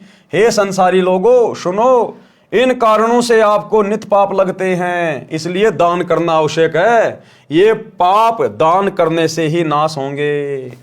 गुरुदेव कहते हैं जो चौका तुम देवो नित्या, 1000 ब्राह्मण की है हत्या। माता बहनें रोजाना घर में जो पोंछा लगाती हैं, या पहले गारा से गोबर से जमीन को लिपा करते थे, आजकल जैसे पोंछा वगैरह मार देते हैं, वाइपर मार देते हैं। तो गुरुदेव कहते हैं 1000 ब्राह्मणों की हत्या के बराबर पाप होता है, इतने जीव मरते हैं। इसलिए गृहस्थी व्यक्ति को सच्चा सतगुरु धारण करके और दान धर्म अवश्य करना चाहिए, तभी उनके वो पाप कटेंगे। क्योंकि पाप बहुत प्रकार के होते हैं और कई प्रकार से उनका नाश होता है। कुछ पाप ऐसे होते हैं जो सत्संग सुनने से नष्ट हो जाते हैं, कुछ पाप गुरुदेव ने ऐसे बताए जो सुमरण करने से नष्ट होंगे, कुछ पाप जो है वो गुरुदेव के दर्शन करने से, कुछ उनके आशीर्वाद से, और कुछ आपके तीनों समय की आरती से, कुछ सत्संग सुनने से, और कुछ पाप ऐसे होते हैं जो केवल दान धर्म करने से ही नष्ट होते हैं। इसलिए दान करना आवश्यक है, लेकिन भाइयों और बहनों ध्यान रखना है भावनाओं में बह के नहीं, किसी कुपात्र को नहीं, अपने किसी भगत भाई को नहीं, केवल अपने गुरुदेव को, क्योंकि सुपात्र गुरुदेव हैं। वर्तमान में हमारे गुरुदेव हिसार जेल में बैठे हुए हैं, तो हमने संकल्प कर लेना है अपने घर पे ज्योति का, पाठ का, दान का संकल्प कर लो। पैसा अपने पास में रखो, जब गुरुदेव आए उसी समय उनके हाथ में दो, किसी कुपात्र के हाथ में नहीं देने हमने भावनाओं में बह के। ये परमात्मा है, परम साधु है, और कहते साधु भूखा भाव का, धन का भूखा नहीं, जो कोई धन का भूखा वो साधु भी नहीं। इसलिए गुरुदेव की गैर हाजिरी में यदि गुरुदेव ने किसी को अधिकारी नियुक्त नहीं कर रखा है दान धर्म लेने के लिए, तो आपने किसी भी कुपात्र के हाथ में, चाहे उनका बेटा हो, चाहे बेटी हो, चाहे कोऑर्डिनेटर हो, चाहे कोई भी हो, कोई कितना डराए, कितना धमकाए, कितना पीड़ा पर्चा निकाले, कुछ भी कहे, हमने अपने कर्म नहीं फोड़ने। ये हमारी दृढ़ता की परीक्षा ले रहा है परमात्मा वर्तमान में। कबीर कछु कटे सत्संग ते, कछु नाम के जाप, कछु संत के दर्शते, कछु दान प्रताप। भगत के पाप कई धार्मिक क्रियाओं से समाप्त होते हैं, कुछ सत्संग वचन सुनने से, ज्ञान यज्ञ के कारण, कुछ नाम के जाप से, कुछ संत के दर्शन करने से, तथा कुछ दान के प्रभाव से समाप्त होते हैं। जैसे वस्त्र पहनते हैं, मिट्टी धूल लगने से मैले होते हैं, उनको पानी साबुन से धोया जाता है, इसी प्रकार नित्य कार्य में पाप लगना स्वाभाविक है। इसी प्रकार वस्त्र की तरह सत्संग वचन नाम सुमरण दान व संत दर्शन रूपी साबुन पानी से रोजाना धोने से आत्मा निर्मल रहती है, भक्ति में मन लगा रहता है। अब देखो भाई और बहनों, वर्तमान में हम सभी सत्सेवक भाई बहन, हम ना किसी आश्रम में जाते, ना हम इन आश्रमों में जाके अपने गुरुदेव की गैर हाजिरी में किसी को ज्योति पाठ और दान का पैसा दे रहे। उसके बावजूद भी आप और हम भगत भाई बहनों की भक्ति इन आश्रम वालों से, गुरुदेव के परिवार वालों से, इन कोऑर्डिनेटरों से लाख गुना अच्छी चल रही है, लाख गुना अच्छी। गुरुजी के प्रति जो भाव हमारे हैं इनके वर्तमान में नहीं है। जो श्रद्धा गुरुदेव के प्रति आप और हमारी है इनकी नहीं है। मर्यादा तोड़ने से, कोई भी पाप करने से जितना हम सत्सेवक भाई बहन डरते हैं, ये लोग नहीं डरते, ये तो खुले सांड हो गए। जबकि हम दान भी नहीं कर रहे वर्तमान में। क्यों? क्योंकि वर्तमान में दान करें किसको, ये हमारी परीक्षा चल रही है। हम भाई बहन संकल्प कर लेते हैं, हमारे गुरु परमात्मा है, अंतर्यामी है, पूर्ण संत हैं, वे हमारे भाव देखकर हमारे दान को जो हम घर से कर लेते हैं, संकल्प करके, ज्योति पाठ करके, परमात्मा उसको स्वीकार कर लेते हैं। इसलिए हमारी आत्मा निर्मल है, हमारा मन निर्मल है, इसलिए हमारा भक्ति में मन लग रहा है। हम मर्यादा शौपन में भी तोड़ने की नहीं सोच सकते। हमें डर है, भय है कि कहीं गुरुदेव भगवान नाराज ना हो जाए, मेरी भक्ति बर्बाद ना हो जाए। तो उधर तो दान धर्म करते करते, लड्डू जलेबी बर्फी खाते खाते, सारे उल्टे कर्म करते करते भी उन लोगों का भाव नहीं बन रहा, अपने गुरु को इष्ट नहीं मान रहे, बात बात पे मर्यादा तोड़ रहे हैं। और इधर हम भाई बहन 10 साल हो गए आश्रमों का मुंह भी नहीं देख रहे, इन कुपात्रों को ज्योति पाठ का एक नया रुपया भी नहीं दे रहे, और फिर भी हमारी भक्ति दिन रात ऊपर की ओर बढ़ रही है। तो गुरुजी किसके साथ है? ज्ञान आधारी भगत के साथ है, मर्यादित भगत के साथ है। और जब दान धर्म करने का समय आएगा, जब हमारे गुरुदेव हमारे समक्ष आएंगे, आश्रम में आएंगे, जहां भी आएंगे, जितना हमारा सामर्थ्य है उससे कहीं ज्यादा दिल खोलकर अपने गुरुदेव के चरणों में अर्पित करेंगे। क्योंकि नियम है भक्ति का कि पात्र को पात्र विचार कहता ही दीजिए दान। तो भैया वर्तमान में तो सब कुपात्र हैं, सुपात्र तो जेल में बैठा हुआ है, उनके आने के बाद ही देंगे। उनके परिवार को, इन कोऑर्डिनेटरों को आश्रमों में जाके इन कुपात्रों को दान धर्म देकर हम अपने कर्म नहीं फोड़ सकते, परीक्षा के समय में गुरुजी को नाराज नहीं कर सकते। कबीर जो धन पाए न धर्म करत, ना ही सदव्यवहार, सो प्रभु के चोर हैं फिरते मारो मार। जो धन परमात्मा ने मानव को दिया है उसमें से जो दान नहीं करते और ना अच्छा आचरण करते हैं वे परमात्मा के चोर हैं, जो माया जोड़ने की धुन में मारे मारे फिरते हैं। संत गरीबदास जी ने भी कहा है कि जिन हर की चोरी करी और गए राम गुण भूल, ते विदना बागुल किए रहे उर्दमुख झूल। यही प्रमाण गीता अध्याय 3 श्लोक 10 से 13 में कहा है कि जो धर्म कर्म नहीं करते, जो परमात्मा द्वारा दिए धन से दान आदि धर्म कार्य नहीं करते, वे तो चोर हैं। वे तो अपना शरीर पोषण करने के लिए अन्न पकाते हैं, धर्म में नहीं लगाते, वे तो पाप ही खाते हैं। बच्चों को शिक्षा अवश्य दिलानी चाहिए। बच्चों को भगत ने शिक्षा अवश्य दिलानी चाहिए। या कौन सी शिक्षा की बात हो रही है? धार्मिक शिक्षा की। यानी बच्चों को सतगुरु से उपदेश दिलाना चाहिए, यह धार्मिक शिक्षा है। सत्संग सुनाना चाहिए, यह धार्मिक शिक्षा है। क्या कह रहे हैं परमात्मा? बच्चों को शिक्षा अवश्य दिलानी चाहिए। कबीर मात पिता सो शत्रु हैं, बाल पढ़ावे नाही, हंसन में बगुला यथा तथा अनपढ़ सो पंडित माही। भावार्थ, जो माता पिता अपने बच्चों को पढ़ाते नहीं, वे अपने बच्चों के शत्रु हैं। अशिक्षित व्यक्ति शिक्षित व्यक्तियों में ऐसा होता है जैसे हंस पक्षियों में बगुला। अब देखो क्या लिख रहे हैं गुरुदेव, यहां पढ़ाने का तात्पर्य धार्मिक ज्ञान कराने से है, सत्संग आदि सुनने से है। ये नहीं कि यार गुरुजी ने कह दिया अब तो मैं मेरे बच्चे को इंजीनियर बनाऊंगा, डॉक्टर बनाऊंगा, वकील बनाऊंगा। तुम जो मर्जी बना लो अपनी तरफ से, लेकिन गुरुदेव का आदेश है धार्मिक शिक्षा, सत्संग सुनाना, गुरुदेव की पुस्तकें पढ़ाना, यह धार्मिक शिक्षा है। ये सांसारिक शिक्षा चाहे पढ़ो ना पढ़ो, इसका कोई यूज नहीं है। ये धार्मिक शिक्षा मुख्य है, जिससे हमें परमात्मा मिलेगा, मोक्ष मिलेगा। ये सांसारिक शिक्षा पढ़ पढ़ के बड़े बड़े राजा महाराजा बन के आज वो कुत्ते बन के फिर रहे हैं, गधे बन के फिर रहे हैं। रोडों पे इनकी मूर्तियां लग रही हैं, साल में एक बार साफ करते हैं, बाकी धूल मिट्टी जम रही है, कौवा बीट करता है बैठ के। सांसारिक शिक्षा ले लेके अपना नाम करके जो शरीर छोड़ के चले गए बिना भक्ति के, आज उनकी बाहर भी दुर्गति और उनकी मूर्तियों की भी दुर्गति। तो यह धार्मिक शिक्षा की बात हो रही है। अपने बच्चे को अगर आप अक्षर ज्ञान करवाना चाहते हैं तो केवल 8वीं 10वीं तक पढ़ाइए, यदि आप भगत हैं तो। देखो, जिसको ज्ञान नहीं है, जो उपदेशी नहीं है, वो तो जो मर्जी अपने बच्चे को चाहे राष्ट्रपति बनाओ, हमें कोई लेना देना नहीं। यहां भक्तों की बात हो रही है, क्योंकि भक्तों को फिर ज्ञान हो जाता कि गुरुदेव ने शिक्षा क्यों दी है। आज से पहले शिक्षा क्यों नहीं थी? 1950 से पहले शिक्षा घर घर में क्यों नहीं थी? लाखों साल बीत गई सतयुग से लेकर आज तक शिक्षा क्यों नहीं दी भगवान ने? ये वर्तमान समय में क्यों दी पिछली पीढ़ी में? क्योंकि वर्तमान में परमात्मा ने अक्षर ज्ञान करवा के शास्त्रों को दिखा दिखा के अपनी पहचान करवानी थी। हमारी आत्मा को दृढ़ करना था कि सतगुरु ही परमात्मा होता है और परमात्मा की भक्ति कितनी आवश्यक है। अब हमें पता चल गया तो हमारे बच्चों को, हमारे पोतों को, पोतियों को तो ऑटोमेटिक ही पता चलेगा। जो हम भक्ति करेंगे वो ही हमारे पीछे पीछे वो करेंगे। अरे भैया, हम छोटे छोटे बचपन में थे, हम कौन सा ब्रह्मा विष्णु महेश से मिलके आए थे? हम कौन सा स्वर्ग देख के आए हैं? हमारी क्या रिश्तेदारी है ब्रह्मा विष्णु महेश से? हमारे घर में हमारे बाप दादा, हमारे रिश्तेदार जो भक्ति कर रहे थे, देखा देखी हम भी करने लग गए।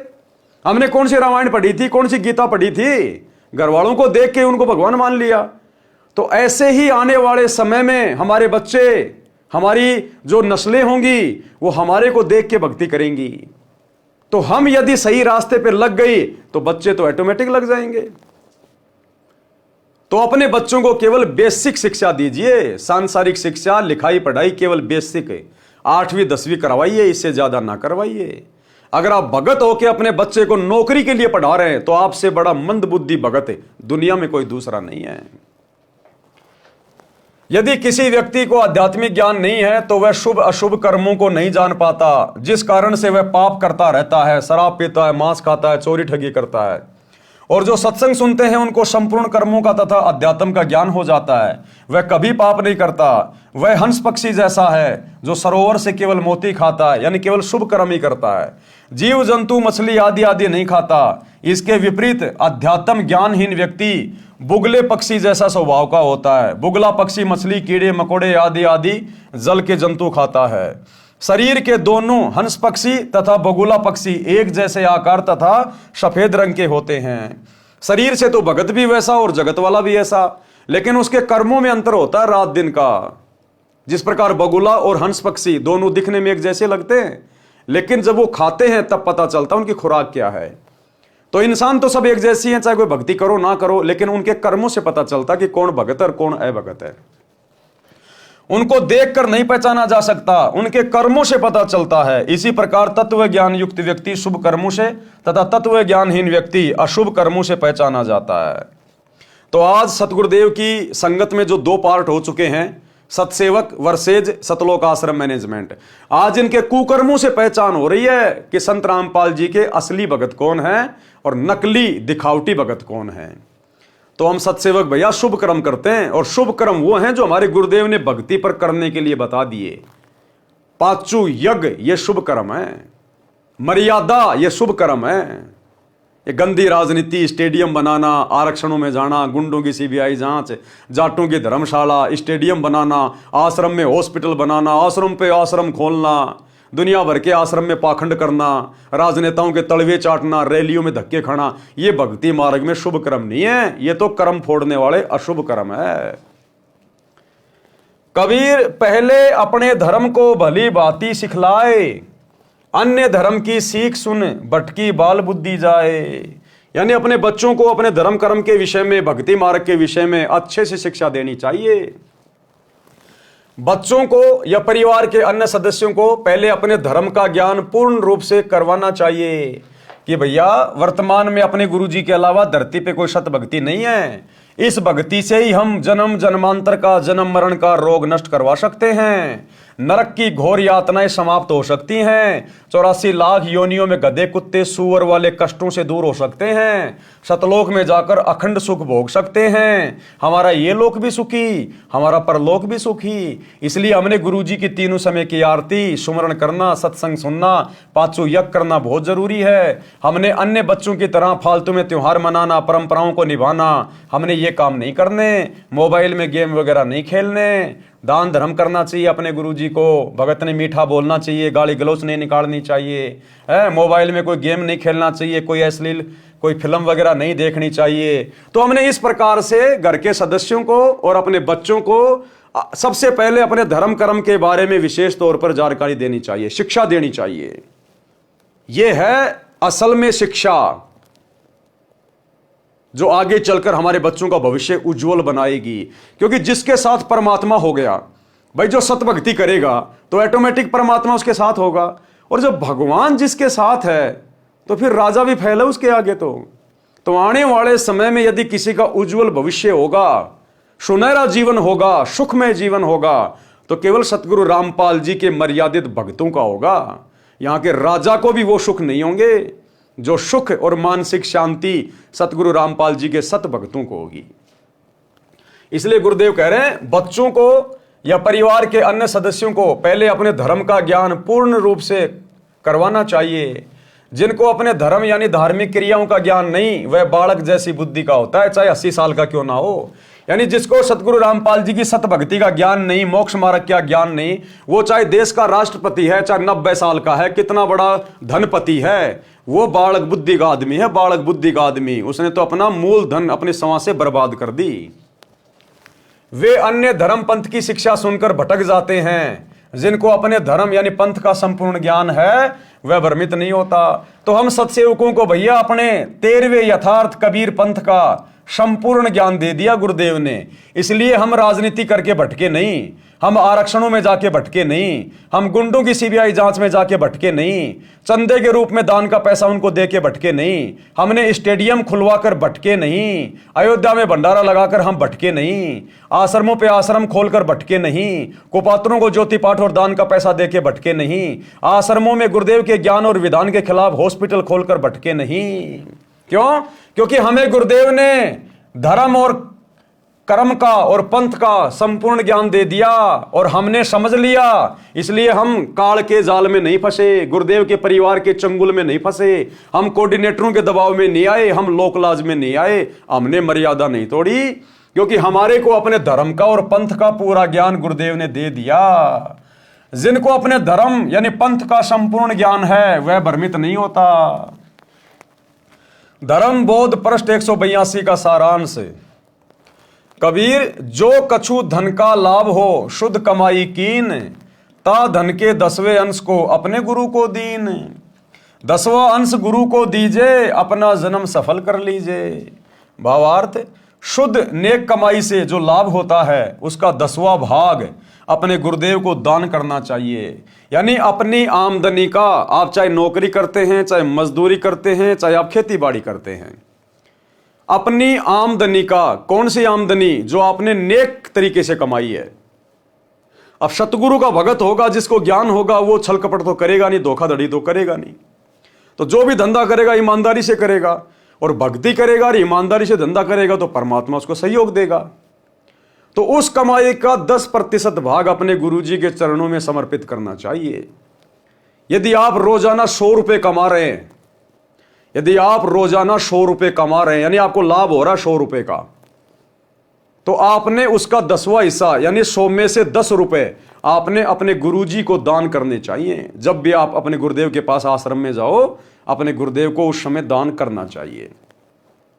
यानी जो भी धंधा आप कर रहे हैं और उसका जो लाभ होता है, आपका खर्चा पिर्चा काट के जो शुद्ध जो कमाई होती है, उस कमाई के 10वें हिस्से की बात हो रही है। ऐसा नहीं कि आप जी सुबह 1000 रुपए की सब्जी लेके गए और आप जी 500 रुपए उसमें से कमा के और आप जी अपने घर पे जो है 1500 रुपए ले आए, तो आपने जो है वो 1500 रुपए में से 10वां अंश नहीं निकालना, क्योंकि 1000 तो आपके पास थे पहले। आपने उससे कमाया कितना? 1000 रुपए से 500 रुपए, तो 500 रुपए का 10% यानी आपकी जो कमाई है, आपका जो प्रॉफिट है, आपका जो लाभ है, मूलधन को छोड़ के आपका जो लाभ है, उसका 10वां अंश आपने गुरुदेव के चरणों में देना है। यदि आपने खेती बाड़ी की है, आपके घर पर 20 क्विंटल अनाज हो गया, अब अपना सारा खर्चा पिर्चा काट के और आपको जो कमाई हुई है उसका 10% अपने गुरु को दीजिए। आप नौकरी करते हैं, आपकी 20,000 रुपए की सैलरी है, लाख रुपए की सैलरी है, वो आपका प्रॉफिट ही प्रॉफिट है, उसमें कोई मूलधन नहीं है। तो आपने लाख रुपए में से 10वां अंश 10,000 रुपए निकाल कर गुरुदेव को देने चाहिए।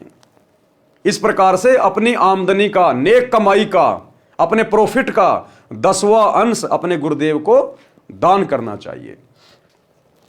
कबीर, जे गुरु निकट निवास करे तो सेवा कर नित्य, जो कछु दूर बसे पल पल ध्यान से हित। यदि गुरुजी का स्थान आपके निवास के निकट है तो प्रतिदिन सेवा के लिए जाइए, यदि दूर है तो उनकी याद पल पल करनी चाहिए। इससे भगत का हित होता है, यानी लाभ प्राप्त होता है।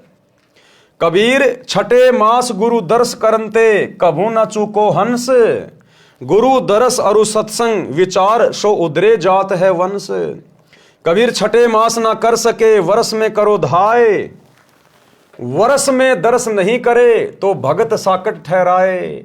जो 1 साल में भी अपने गुरुजी के दर्शनों को नहीं जाता है जहां उनके गुरुदेव हैं, अब वर्तमान में हमारे गुरुदेव हिसार जेल में बैठे हैं, उनके दर्शन ना कर पाना हमारी मजबूरी है, तो ऐसे समय में भाई और बहनों हमें दोष नहीं लगता। यदि गुरुजी आश्रम में हैं और फिर भी यदि हम साल में 1 बार भी गुरुजी के दर्शन करने नहीं जा रहे हैं, तो फिर हम साकट हैं, हम भक्ति नहीं चाहते। और वैसे आप चाहे रोज जाओ, अगर गुरुदेव के आसपास रहते हो 2, 4, 5 किलोमीटर में, तो चाहे रोजाना गुरुदेव के दर्शन करने चाहिए। रोजाना नहीं कर सको तो सप्ताह में 1 बार जरूर दर्शन के लिए जाइए। और भी थोड़े दूर हैं तो 15 दिन में जरूर दर्शन करने जाइए। 15 दिन में भी नहीं कर सकते हैं, थोड़ा और दूर रहते हैं, तो महीने में तो चूकना नहीं चाहिए। अगर महीने में भी किसी कारण से दर्शन नहीं कर पा रहे हैं तो 3 महीने में, 3 महीना भी नहीं तो कम से कम 6 महीने में तो जाना ही जाना चाहिए।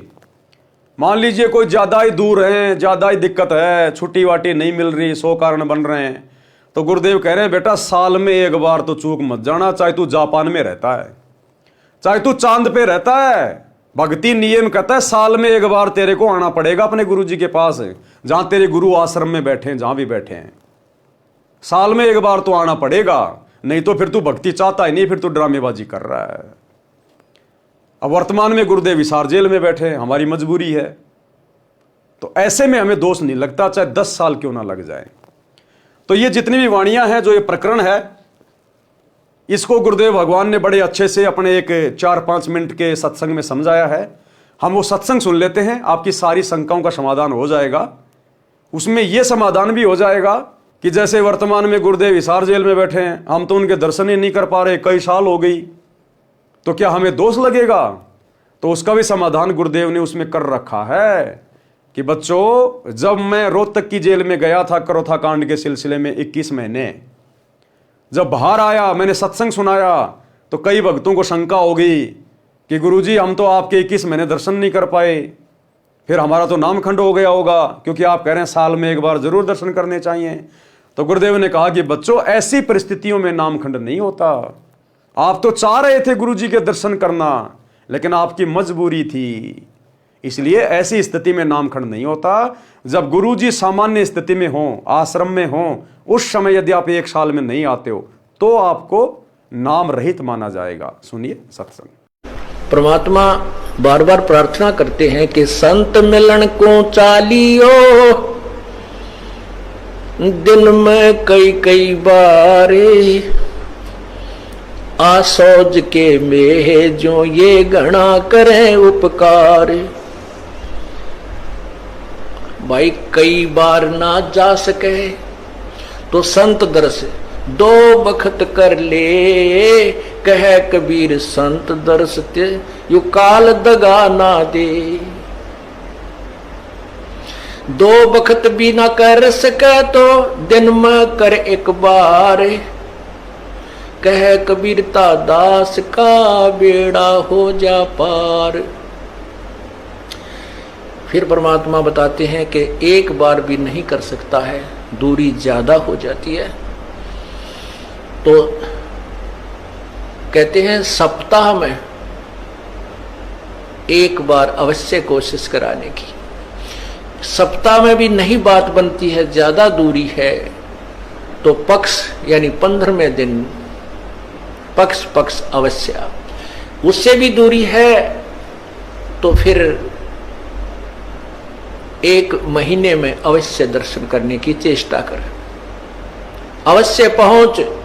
और फिर भी कुछ ज्यादा ही विदेश दूर चला गया है तो 6 महीने तक चूकिए मत।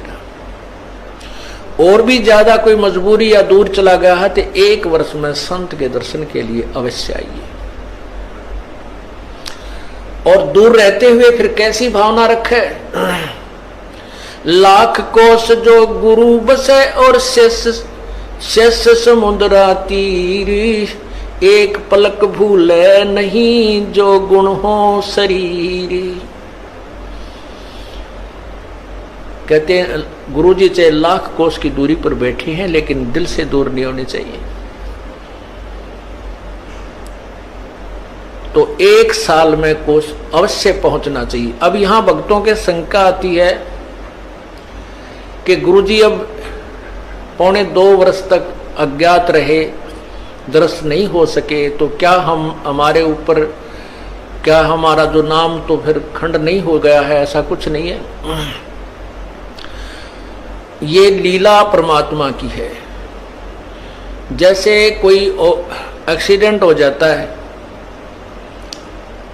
और भाई उसमें टांग टूट जा, प्लास्टर बांधे रहना पड़ता है और चारपाई पे लेटा पड़ा रहना होता है। लेकिन जब ठीक हो जाए, जब थोड़ा ही पड़ा रहना है, फिर तो काम करे, घूमे, फिर अपने सारे कार्य सुचारू करे। तो ये कोई लीला है परमात्मा की, इनमें ऐसा कोई दोष नहीं आता। क्योंकि आप तो रो रहे थे, आप गुरु जी से दूर नहीं थे, आपकी आत्मा तड़फ रही थी और उन नादान लोगों ने स्वयं भी पाप कमा लिया जिन्हें हमारा विरोध करके ये ऐसा झूठा केस बनाकर परमात्मा के कुत्तों को सजा उन्होंने हमारे को प्रताड़नाएं दी है, जेल में डाला। अब मुझे इस बात का डर है कि उन गेला के बनेगी। तो क्या कह रहे हैं गुरुदेव? वर्ष में दर्श नहीं करे सो भगत साकट ठहराए, कबीर जय गुरु पर लोक गमन करे, सीख मानियो शीस।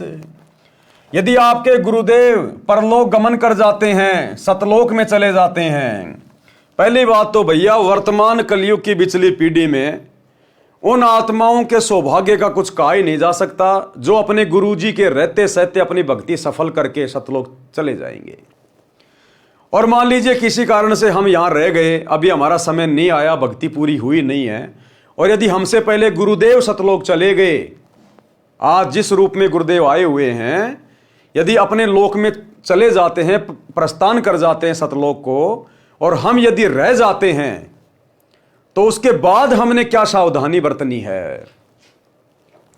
कबीर जय गुरु परलोक गमन करे, यानी सतलोक चले जाएं, सीख मानिए शीस। उसके बाद हमने केवल गुरु जी की शिक्षाओं पे चलना है, उनकी प्रत्येक मर्यादा में रहकर, प्रत्येक आज्ञा का पालन करके, जो उन्होंने हमें बताया, समझाया, सिखाया, जिस कारण से हमारा मोक्ष होगा, हमने उनकी प्रत्येक मर्यादाओं को, उनकी आज्ञा मानकर हमने आजीवन करते रहना है। नाम को खंड नहीं होने देना, मर्यादा नहीं टूटनी चाहिए। केवल गुरु की आज्ञा की बात हो रही है, किसी भगत की देखा देखी नहीं करना, गुरु के परिवार की बातें मान के नहीं चलना, किसी कोऑर्डिनेटर की बातों में आके नहीं भक्ति करनी। गुरु के ज्ञान आधार से तोल लेना। आपको जो मर्जी कोई आज्ञा दे, कोई आदेश दे, कुछ भी कहे, उसके आदेश को अपने गुरुजी के सत्संग से विचार कर लेना कि यह सही है या गलत है, उसके बाद ही भक्ति पे वो कदम आगे रखना। तो कहते हैं कबीर जय गुरु सतलोक गमन करे, सीख मानिए शीस, और हरदम गुरु को साथ जानकर सुमरो नित जगदीश। और हमेशा अपने गुरुजी को शब्द रूप में अपने साथ में मानिए कि मेरे गुरुजी गए कहीं नहीं है, ये तो शब्द स्वरूपी राम है, ये कहां जाएंगे, इनका एक पैर सतलोक में, एक पैर इस पृथ्वी लोक पर। अगर गुरु पृथ्वी छोड़ के चला गया तो जीव भक्ति कर ही नहीं सकता।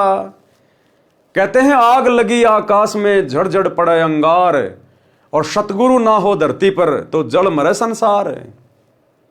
तो सतगुरु हमेशा हमारे साथ में रहेंगे। ये तो काललोक के नियम अनुसार, विधान अनुसार जो स्वयं इस परमात्मा ने बनाया है कि यहां ना कोई अमर है ना कोई अमर रहेगा, ये तो मृत्यु लोक है। और हमारे गुरुदेव भी एक संत की भूमिका कर रहे हैं, एक इंसान रूप में आके संत की भूमिका कर रहे हैं। तो इंसान की जितनी उम्र होती है उस उम्र को पूरा करके गुरुदेव ने भी यहां की मर्यादाओं को बनाए रखते हुए यहां से जाना पड़ता है। तो गुरुदेव के जाने के बाद हमने उनकी प्रत्येक आज्ञा और मर्यादा में रह के भक्ति करनी है। एक क्षण के लिए भी हमारे अंदर यह भाव नहीं आना चाहिए कि मेरे गुरुजी मुझे छोड़ के गए। अगर यह मन में आ गया, आंखों से आंसू भी आ गए आपके, किस बात को लेकर कि गुरुजी छोड़ के चले गए, गुरुजी छोड़ के चले गए, इस बात को लेकर आंखों में आंसू नहीं आने चाहिए। बाकी गुरुजी के प्रेम में चाहे लाख रो, दिन रात रो, उससे हमारी भक्ति बढ़ेगी। और अगर यह सोचकर कि अब मेरा क्या होगा, हे भगवान मैं सतलोक जा पाऊंगा नहीं जा पाऊंगा, गुरुजी तो गए, ये लो अब क्या होगा, तो फिर वो भगत फैल है। और बाकी जब गुरुजी सतलोक जा रहे हैं तो उनके प्यार में रहो, उनसे प्रार्थना करो कि हे गुरुदेव भगवान अपने दास के ऊपर दया करना, मेहन करना मालिक, हे बंदी छोड़, मेरे घर पर मेरे घट में शब्द रूप में सदा विराजमान रहना गुरुदेव, मुझे आशीर्वाद देना, मुझे हिम्मत देना गुरुदेव कि मैं शौपन में भी कभी आपकी मर्यादा ना तोड़ूं। हे परमात्मा मुझ नीच पर विशेष दया रखना। यह कहकर प्रार्थना करते हुए रोइए आप, चाहे गुरुदेव के जाते समय रोइए, उनके बाद में रोइए, आज रोइए, अभी रोइए, कोई दिक्कत नहीं, वो रोना हमारे हित में, हमारे फायदे में। लेकिन मन में यह सोचकर कि लो जी गुरुजी तो गए, अब मेरा क्या होगा, फिर वो भगत फैल है, क्योंकि वो फिर ज्ञान आधारी नहीं है। तो क्या कह रहे हैं कि हमेशा अपने गुरुदेव को सतलोक गमन के बाद शब्द रूप में अपने साथ में समझना चाहिए। भाई और बहनों, ये बहुत विशेष पॉइंट है। और जिस दिन गुरुदेव भगवान यहां से गमन करेंगे वो हमारी एक और परीक्षा होगी कि कितने भक्तों के मन में कच्चापन आएगा कि लो जी गुरुजी तो गए, अब तो हो गया हमारा मोक्ष। गुरुदेव के जाने के बाद तो भक्तों ने और ज्यादा दृढ़ हो जाना चाहिए कि भैया सतगुरु धरती से प्रस्थान कर गए, अब यदि मर्यादा टूट गई तो कोई नाम शुद्धिकरण काम नहीं करेगा। अब ये ड्रामेबाजी नहीं चलेगी, नाम टूट गया शुद्ध करवा लो, टूट गया शुद्ध करवा लो। अभी तक तो शुद्ध करने वाला धरती पे था, अब सतगुरु चले गए, अब तेरा नाम कहीं शुद्ध नहीं होने वाला अगर मर्यादा तोड़ दी तो उस भगत ने तो मरना मंजूर, लेकिन मर्यादा नहीं टूटने देनी है। तब कहीं जाकर सतगुरु उसका हाथ पकड़ के सतलोक में लेगा। अन्यथा सतगुरु के सतलोक जाने के बाद यदि आप मर्यादा तोड़ते रहे, भक्ति को हल्के में लेते रहे, आपका इस कलयुग की बिजली पीढ़ी में मोक्ष नहीं है। फिर हजारों साल केवल सतगुरु का ज्ञान चलेगा, भक्ति चलेगी, सतयुग जैसा माहौल होगा। अगर मर्यादा तोड़ दी फिर मोक्ष नहीं होगा। इसलिए सतगुरु के सतलोक गमन के बाद तो भगत ने चौतरफा सावधान होकर भक्ति करनी चाहिए और सदा शब्द रूप में गुरु जी को अपने साथ में मानना चाहिए कि मेरे गुरु कहीं नहीं गए, मेरे गुरु मेरे साथ शब्द रूप में। और गुरु को शब्द रूप में वही मानेगा जो साध संगति से जुड़ा होगा, जो गुरु को इष्ट मान चुका होगा। क्योंकि आज 10 साल से हमारे गुरुदेव हिसार जेल में बैठे हैं, हम उनको हिसार जेल में नहीं देख रहे। हमने तो गुरु का घर घर में आसन लगा दिया, बेड लगा दिया, रोजाना भोग लगा रहे हैं अपने बाप को, रोजाना उनकी चरण सेवा कर रहे हैं। हम अपने गुरुजी को अपने से दूर कहीं नहीं देखते। तभी तो मर्यादा में है कि हमारा बाप पल पल देख रहा है, घर में बैठा हुआ है। घर में ऊंची आवाज में भी बात नहीं करते, लड़ाई झगड़ा भी नहीं करते बिल्कुल भी, कि पिताजी बैठे हुए हैं। तो इस भाव से तो जब हमने आज ही इस परीक्षा के समय में जैसा गुरु चाहता है, आज ही हमने अपने गुरु को शब्द रूप में मान रखा कि घट ही में गंगा, घट ही में जमुना और घट ही में है जगदीश। जगदीश कौन? हमारे गुरु जी।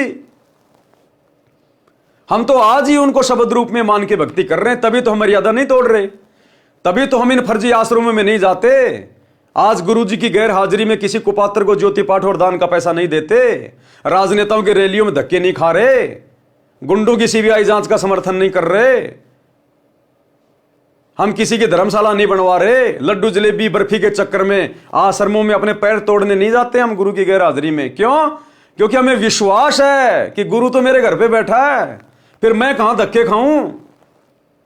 अरे मेरा घर आश्रम है, जिसका घर शमशान घाट है वो जाओ उन फर्जी आश्रमों में, जिनका गुरु शब्द रूप में घर नहीं बैठा है वो जाओ उन आश्रमों में, ये सोचकर कि गुरु जी को तो आश्रम में बांध रखा है, वही जाके मिलेंगे गुरु जी। तो हमने तो आज ही गुरु जी को शब्द रूप में मानकर अपने आध्यात्मिक क्रियाएं शुरू कर रखी हैं। इसलिए गुरुदेव के सतलोक गमन के बाद हम सत्सेवकों पे कोई फर्क नहीं पड़ेगा, चाहे गुरु जी सतलोक में रहो चाहे धरती पे रहो। हमें तो पता है कि हमारा बाप शब्द स्वरूपी राम है। अरे हम आज अपने गुरु जी को हाड़मास का थोड़ी मान रहे हैं, हम तो शब्द रूप में मान रहे हैं, तभी तो हम उनका सतगुरु प्रकट दिवस मना रहे हैं।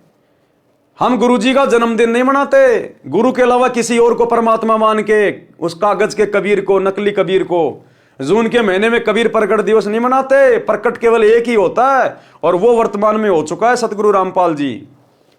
तो हम तो अपने गुरु जी का प्रकट दिवस मना रहे हैं, हम तो शब्द रूप में मान रहे हैं। गरीब ऐसा सतगुरु हम मिल्या, तेज पुंज के अंग, झिलमिल नूर जहूर है, नर रूप श्वेत रंग। तो हम आज कहां मान रहे हैं कि हमारे गुरु जी हाड़मास में है? हम तो आज भी उनको शब्द स्वरूपी मान रहे हैं। हम तो रोज नित्य नियम कर रहे हैं कि हमारे गुरु जी का शरीर है नहीं, ये दिखाई देने वाला शरीर हाड़मास का नहीं है, नूरी है, तेज पुंज का है। तभी तो हम उनका प्रकट दिवस मना रहे हैं, क्योंकि जो प्रकट होता है उसका हाड़मास का शरीर नहीं होता। जो अपने गुरु को मां के गर्भ से जन्म लिया हुआ मानेगा वो सतगुरु का कभी प्रकट दिवस नहीं मनाएगा। तो हम सत्सेवक तो सतगुरु का 8 सितंबर के दिन प्रकट दिवस मनाते हैं, उनको प्रकट हुआ जानकर। तो प्रकट कौन होगा? जो शब्द स्वरूपी होगा। तो हमने तो आज ही गुरु जी को घर में शब्द स्वरूपी मान के विराजमान कर लिया, अपने घर में और घट में। तो हमें तो टेंशन होगी नहीं। हमारे लिए तो चाहे गुरु जी रोज आओ, हमें टेंशन ही नहीं है। हम गुरु जी को जेल में नहीं देख रहे, हम गुरु जी को अपने घर पे देख रहे हैं। और पल पल हमारा गुरु हमारे साथ में, पल पल। अगर हमारे साथ में गुरु ना हो, इस रजोगुण से दूर होना ब्रह्मा विष्णु महेश की बस की बात नहीं। ये जवान सत्सेवक कहां से हो जाएंगे? आपस में भाई बहन के रिश्ते कायम हो गए पति और पत्नी में, ये सतगुरु की उपस्थिति के बिना नहीं हो सकता। मर्यादाओं के लिए इस कदर संघर्ष करना सतगुरु की विशेष उपस्थिति और आशीर्वाद के बिना नहीं होता। तो सतगुरु जेल में नहीं बैठा, सतगुरु तो हमारे घरों पे बैठा है। तो साध संगति से जुड़े हुए जो भाई बहन होंगे वो अंत में धोखा नहीं खाएंगे, जब गुरुदेव यहां से लीलामय रूप से जाएंगे अपने लोक को, सतलोक को। और जो आश्रमों से जुड़े हुए हैं, लड्डू जलेबी खाते रहे, ज्ञान को आधार बनाए नहीं, वो भैया फिर ऊपर मुंह कर करके रोएंगे जैसे गिद्ध रोता है रात को, क्योंकि उनको ज्ञान है ही नहीं। उन्होंने कभी गुरु को भगवान मान के भक्ति की नहीं, उन्होंने गुरु को हाड़मास के शरीर में माना। तो उनकी फिर ये पतली हालत हो जाएगी उस समय। तो कहते हैं सतगुरु के सतलोक गमन के बाद उनको शब्द रूप में सदा अपने पास रखना चाहिए, मानना चाहिए। हरदम गुरु को साथ जानकर सुमरो नित जगदीश, यानी रोजाना अपनी 3 समय की आरती, सत्संग सुनना, सुमरण करना, 5 यज्ञ करना अपना जारी रखें। कबीर गुरु मरा मत जानियो, वस्त्र त्याग्या स्थूल, कि भगत ने अपने गुरुजी को मरा हुआ नहीं समझना चाहिए। अगर अपने गुरु को मरा हुआ जान लिया तो भगत जन्म मरण में रहेगा, क्योंकि हम तो अविनाशी की भक्ति करके अविनाशी पद को प्राप्त करेंगे। और जन्म मरण वाले सतगुरु को यदि हमने ये मान लिया कि हमारे गुरुजी का तो जन्म हुआ है, हमारा गुरुजी तो मर गया, हम जिंदगी में कभी जन्म मरण से दूर नहीं हो सकते। तो गुरु को अविनाशी भी केवल सत्सेवकों ने माना है कि ना सतगुरु जननी जने और जाके माना बाप, पिंड ब्रह्मंड से रहित है ना वहां तीनों ताप। तो कहते हैं गुरु को मरा मत जानिए, वस्त्र त्याग्या स्थूल, और सूक्ष्म देही गमन करी खिला अमर वह फूल। कबीर सतलोक में बैठकर गुरु निरखे तो है, गुरु तजना और मानियो अध्यात्म हानि होए। कि भैया सतलोक गमन करने के बाद सतलोक में बैठा बैठा तेरा गुरु तुझे पल पल देख रहा है। क्या कह रहे हैं कबीर, सतलोक में बैठकर गुरु निरखे तो है। अगर गुरु एक जीव है, गुरु अगर उस कबीर का भेजा हुआ दास है, तो सतलोक में जाकर बैठकर हमारे को क्या देखेगा? वो क्या देखेगा? वहां से तो परमात्मा देखता है, कबीर भगवान देखता है, सतगुरु क्या देखेगा अगर एक जीव है तो कहते हैं कबीर सतलोक में बैठकर गुरु निरखे तो है। तो सतलोक में बैठकर पल पल हमारे को देखने वाला जीव नहीं हो सकता, अर्थात हमारा गुरु स्वयं कबीर भगवान है, कबीर परमात्मा है जो सतगुरु रूप में आए हुए हैं। तो कहते हैं तेरा गुरु तुझे पल पल देख रहा होगा। कोई भी भक्ति क्रिया भंग मत कर देना, मन में दोष पैदा मत कर लेना, भक्ति को हल्के में मत ले लेना। तेरा गुरु तुझे पल पल देखेगा, वहां से पल पल। गुरु तज और ना मानियो अध्यात्म हानि होए। गुरु की शिक्षाओं के अलावा किसी और के चक्कर में आके भक्ति बर्बाद मत कर लेना कि लो जी गुरुजी तो सतलोक चले गए, अब तो गुरुजी के बेटा बेटी की माननी पड़ेगी, गुरुजी की पत्नी की माननी पड़ेगी, गुरुजी के भाई की माननी पड़ेगी, और ये भगत तो गुरुजी के साथ रहता था, इस भगत की माननी पड़ेगी। गुरु के अलावा सब जीव के जीव जो गुरुजी आज्ञा दे गए, जो गुरुजी संगत में सार्वजनिक घोषणा करके चले गए कि बच्चों आगे से आपने ये करना है, ऐसा करना है, यदि किसी को उत्तराधिकारी बना के चले गए और सार्वजनिक तौर पर गुरुजी ऐलान करके जाते हैं, तो हमने केवल उसी का अनुसरण करना है। जिसको गुरुजी अपना उत्तराधिकारी नियुक्त करके जाएंगे अपने मिशन को आगे चलाने के लिए, उसी अनुसार हमने आगे चलना है। और यदि वो गुरु के द्वारा उत्तराधिकारी नियुक्त किया गया व्यक्ति कोई गलती करता है, उसी दिन हमने उस व्यक्ति से कनेक्शन काट लेना है। कनेक्शन गुरुजी की भक्ति से जोड़ के रखना है, गुरुजी की मर्यादाओं से जोड़ के रखना है, सत्संगों से जोड़ के रखना है, सुमरण से जोड़ के रखना है। यह नहीं कि गुरुजी अगर किसी को उत्तराधिकारी घोषित कर गए और वो जो मर्जी हमसे कुकर्म कराओ तो हम उसकी हर बात मानेंगे। केवल वही बात मानेंगे, चाहे कोई अधिकारी हो चाहे कोई अधिकारी ना हो। जो भक्ति मार्ग में बातें गुरुजी के ज्ञान और विधान के अनुसार होंगी, सत्संगों के अनुसार होंगी, हम उन्हीं बातों को फॉलो करेंगे, चाहे गुरुजी 20 भक्तों को अधिकारी क्यों ना बना जाएं। एक भी बात यदि उनकी गुरुजी के ज्ञान और विधान के खिलाफ मिली, हम उस बात को हरगिज फॉलो नहीं करेंगे। हमारे लिए अंतिम विधान गुरुजी का सत्संग और गुरुजी की मर्यादा है। तो कहते हैं गुरु को तज, यानी गुरु को छोड़कर और की बात ना मानियो, अन्यथा अध्यात्म में हानि हो जाएगी। कबीर गुरु के शिष्य की जगदीश करे सहाय। गुरु के शिष्य की जगदीश यानी परमात्मा सहायता करता है। अब यहां तो जगदीश भी होई और भाई हमारा परमात्मा भी होई और हमारा सतगुरु भी होई। गुरु गोविंद दो नहीं भाई, जब तक दो समझोगे दो जग में जाई। ये तो लीला करता परमात्मा, भिन्न भिन्न समय में आके अपने आप को परमात्मा से अलग दर्शा के, क्योंकि डायरेक्ट कहे कि मैं परमात्मा हूं, मैं भगवान हूं, मैं कबीर हूं, तो कोई उसको मानता नहीं। इसलिए हर बार ये परमात्मा गुरु रूप में आता है, सतगुरु रूप में आता है और अपने से अन्य किसी और को परमात्मा बताता है कि परमात्मा तो सतलोक में है, सत्य पुरुष है, ताकि लोग उनके ज्ञान को सुने। अगर डायरेक्ट कह दे कि मैं भगवान हूं तो कोई उनका सत्संग भी ना सुने। इसलिए अपने से अन्य को परमात्मा दर्शा के ये वाणी लिखी हुई है, जबकि गुरु स्वयं ही कबीर है, स्वयं परमात्मा, स्वयं ही सत्य पुरुष है। कबीर गुरु के शिष्य की जगदीश करे सहाय। अब बताओ, गुरु के भगत की, सतगुरु के भगत की जगदीश यानी परमात्मा क्यों सहायता करेगा? ऊपर तो साफ साफ लिखा हुआ है कि कबीर सतलोक में बैठकर गुरु निरखे तो है। जब गुरु खुद ही सतलोक में बैठ के देख रहा है तो सहायता भी तो कर सकता है। तो यहां हमने समझना होगा कि गुरु और सत्य पुरुष दोनों एक ही हैं। नाम जपे और दान धर्म में कभू न अलसाए। गुरुजी अपने जाने के बाद जो विधि बता के जाएंगे दान धर्म करने की, किसको करना है, कहां करना है, कैसे करना है, अधिकारी कौन है, उसी अनुसार हमने दान धर्म करना है। उसके अलावा किसी को 1 रुपया भी नहीं देना। कबीर जैसे रवि आकाश से सबके साथ रहाए, उष्णता और प्रकाश को दूर ही ते पहुंचाए।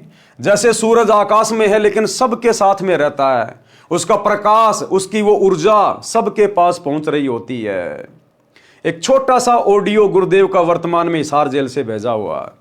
गुरुदेव ने स्पष्ट कर दिया कि वे कौन हैं। गुरुदेव कह रहे, बच्चों ये ना सोचना कि मैं इस मोबाइल से तुम्हें देख रहा हूं। यानी वीडियो कॉल हो रही थी हिसार जेल से आश्रम में। तो गुरुदेव ने कहा कि बच्चों ये ना समझना कि मैं एक कैमरे से देख सकता हूं, इस कैमरे के अलावा भी मैं सबको देख रहा हूं, सबको। इतनी शक्ति मेरे बंदी छोड़ ने मुझे दे दी है। जैसे सूर्य सबके साथ में रहता है, उसकी ऊर्जा, उसका प्रकाश सबके साथ में रहता है, ऐसे ही इस दास को और अपने परमात्मा को पल पल अपने साथ में समझना। यानी अपने आप को छुपाते हुए कह रहे कि इस दास को, रामपाल दास को और कबीर भगवान को, परमात्मा को, दोनों को अपने साथ समझना। तो हमें दोनों की जरूरत नहीं, हमें एक की जरूरत है, केवल अपने गुरु की, बस। क्योंकि हमारा गुरु ही हमारे लिए गोविंद है, परमात्मा है, भगवान है। तो एक छोटा सा ऑडियो जिसमें गुरुदेव ने स्पष्ट कर दिया कि पल पल देख रहा है परमात्मा। अरे जो सतलोक में बैठ के हमें यहां देख सकता है, क्या हिसार जेल में बैठ के नहीं देख रहा होगा? भगत की हर एक क्रिया पे नजर है, क्योंकि परीक्षा चल रही है। परीक्षा सुनिए। आशीर्वाद है मेरे बच्चों, सारे दिखाई देते हो, और अगर कैमरे से ना देखूं तो वैसे भी देख सकता हूं मेरे बच्चे। इतनी ताकत दे दी है मेरे बंदी छोड़ ने मेरे को। आप चिंता ना करो, जैसे सूर्य सबके साथ होता है ऐसे भगवान और दास को अपने साथ समझना। तो भाई और बहनों, हम तो इस प्रकार की ऑडियो को सुनकर बड़े डर कर भक्ति कर रहे हैं। हम सत्सेवक तो डर डर के भक्ति कर रहे हैं कि ये परम सत्य है। गुरु ने कह दिया चलो और अच्छा हुआ, लेकिन हम तो पहले से मान रहे हैं कि गुरु भैया पल पल देख रहा है, वो दिव्य दृष्टा है, अंतर्यामी है, स्वयं परमात्मा है, उसकी नजर से सृष्टि में कोई छुपा हुआ नहीं है। इसलिए हम सत्सेवक भाई बहन ये गंदी राजनीति करना, दुनियादारी करना हम नहीं करते ये सब काम। तो कहते जैसे सूरज आकाश से सबके साथ रहाए, उष्णता और प्रकाश को दूर ही ते पहुंचाए।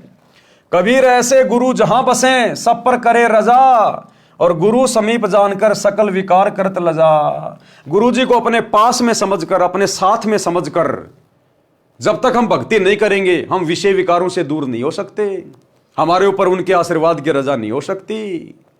एक वाणी में गुरुदेव कहते हैं कि क्या मुख ले विनती करूं और लाज आवती मोए, और तुम देखत अवगुण करूं मैं कैसे भाऊं तोए। कि हे परमात्मा, मैं कौन से मुंह से, मैं अवगुणी इंसान, विषय विकारों में रत इंसान, मैं किस मुंह से आपसे प्रार्थना करूं, विनती करूं, अरदास करूं। मुझे तो शर्म आ रही है। और तुम देखत अवगुण करूं, आप सब कुछ देखने वाले हो, सब कुछ जानने वाले हो, अंतर्यामी हो, फिर भी मैं अवगुण कर रहा हूं। कहते मैं आपके हृदय में कैसे समाऊंगा, कैसे भाऊं तोए। तो इसी प्रकार भाई और बहनों, अपने सतगुरु को हमने अंतर्यामी मानना है, दिव्य दृष्टा मानना है, हमारे घट में बैठा हुआ परमात्मा है। जीता दास जी ने अपने सतगुरु गीसा दास जी के लिए कहा कि मेरे पर्दे के महल में पिया जी, और तुमसे कैसे छुपा लूं जिया जी। कि हे गुरुदेव, आप तो मेरे महल में, मेरे हृदय में बैठे हुए हो, मैं भला आपसे क्या छुपा सकता हूं। तो हमने अपने गुरुदेव को अंतर्यामी मानकर और सदा अपने पास में मानकर, अपने अंग संग मानकर कि गुरु शब्द रूप में मेरे साथ में है, तभी तो मैं भक्ति कर पा रहा हूं, और गुरु मेरी प्रत्येक क्रिया पे नजर बना के रखे हुए। तो भगत ने इस प्रकार डर कर भक्ति करनी चाहिए। एक कदम भी भक्ति मार्ग से, मर्यादाओं से बाहर नहीं हटाना चाहिए। जिस प्रकार आप किसी सोने चांदी की दुकान में बैठे हैं और वहां पर चारों कोने में 4 सीसीटीवी कैमरे लग रहे हैं और आपने देख लिया, आप वहां से एक छोटा सा नाक में पहनने वाला सोने का आभूषण भी नहीं उठा सकते, क्योंकि आपको पता है कि मुझे पल पल देखा जा रहा है, सीसीटीवी कैमरे लग रहे हैं। तो इसी प्रकार अपने गुरुदेव को पल पल सीसीटीवी कैमरे के रूप में, कि इस परमात्मा का कैमरा तो असंख्य ब्रह्मांडों के पार देख लेता है, अंधेरे से अंधेरे में, भंवर गुफा में भी देख लेता है। इससे मैं अपने अवगुण कैसे छुपा पाऊंगा? मुझे अंत में शरीर छोड़ के उसी के पास जाना है, मैं क्या मुंह दिखाऊंगा? तो कहते हैं क्या मुख ले विनती करूं, लाज आवती मोए, और तुम देखत अवगुण करूं, कैसे भाऊं तोए। तो भाई इस प्रकार से हमने सतगुरु को पल पल अपने साथ मानकर, शब्द रूप में मानकर, हमने विषय विकारों से और गलतियां करने से बचना है। तो कहते हैं गुरु समीप जानकर सकल विकार करत लजा, यानी त्याग दे सारे विषय विकार। भावार्थ, गुरु जी के दर्शन छठे महीने अवश्य करें। सत्संग और गुरु दर्शन से पूरा वंश मुक्त हो जाता है। यदि छठे महीने दर्शन नहीं कर सकता तो वर्ष में बेसब्रा होकर, यानी अति उत्साह के साथ दर्शन करने जाएं। यदि एक वर्ष में गुरु दर्शन नहीं करता है तो वह शिष्य भक्तिहीन माना जाता है।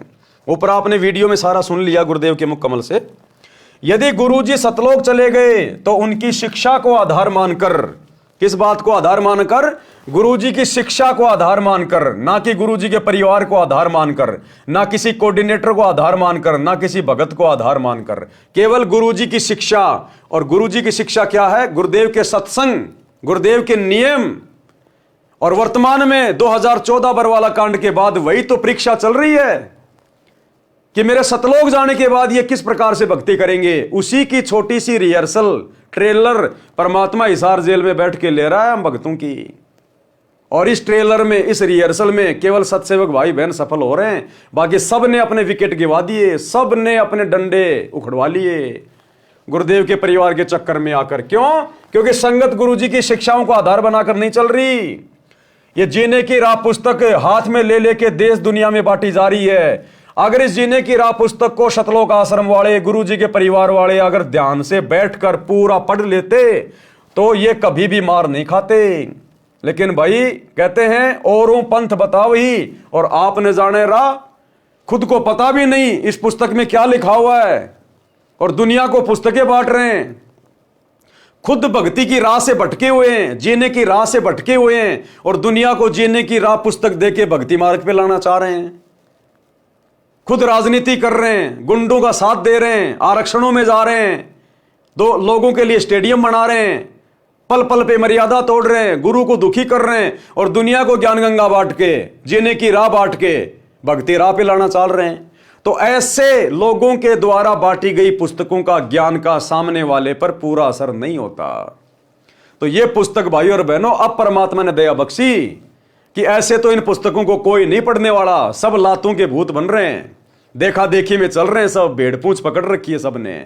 इसलिए परमात्मा ने दास पे दया की, साथ संगत वाले भाई बहनों पे दया की, और अपनी सभी पुस्तकों पे धीरे धीरे धीरे धीरे वीडियो बनवा रहे हैं। अब इस जीने की राह पुस्तक में लगभग आधे वीडियो बन चुके हैं, 20 वीडियो और बनेंगे। अब पता चल रहा है कि जीने की राह पुस्तक में क्या लिखा हुआ है, ये कितनी महत्वपूर्ण पुस्तक है, कितनी गहरी गहरी शिक्षाएं हैं। और बाकी इसको लेके हाथ में 20 रुपए में जीने की राह, 20 रुपए में जीने की राह, और खुद भक्ति की राह पर 20% भी नहीं चल रहा। तो सतलोक आश्रम से जुड़े भाई बहनों को यह पुस्तक पढ़नी चाहिए। और ऐसे नहीं समझ पाओगे आपने साथ संगति से जुड़ के, और अब जो साथ संगति के माध्यम से इस पुस्तक को पढ़ाया जा रहा है, अब पढ़ो आप, तब आपके समझ में आएंगी ये बातें। और गुरुजी से प्रार्थना करो कि मालिक हमें भी सद्बुद्धि दो सत्सेवकों की तरह, नहीं तो ये वीडियो भी तुम्हें समझ में नहीं आएंगे। तो क्या कह रहे हैं गुरुदेव कि गुरुदेव के सतलोक गमन के बाद उनकी शिक्षाओं को आधार मानकर धर्म कर्म करते रहिए।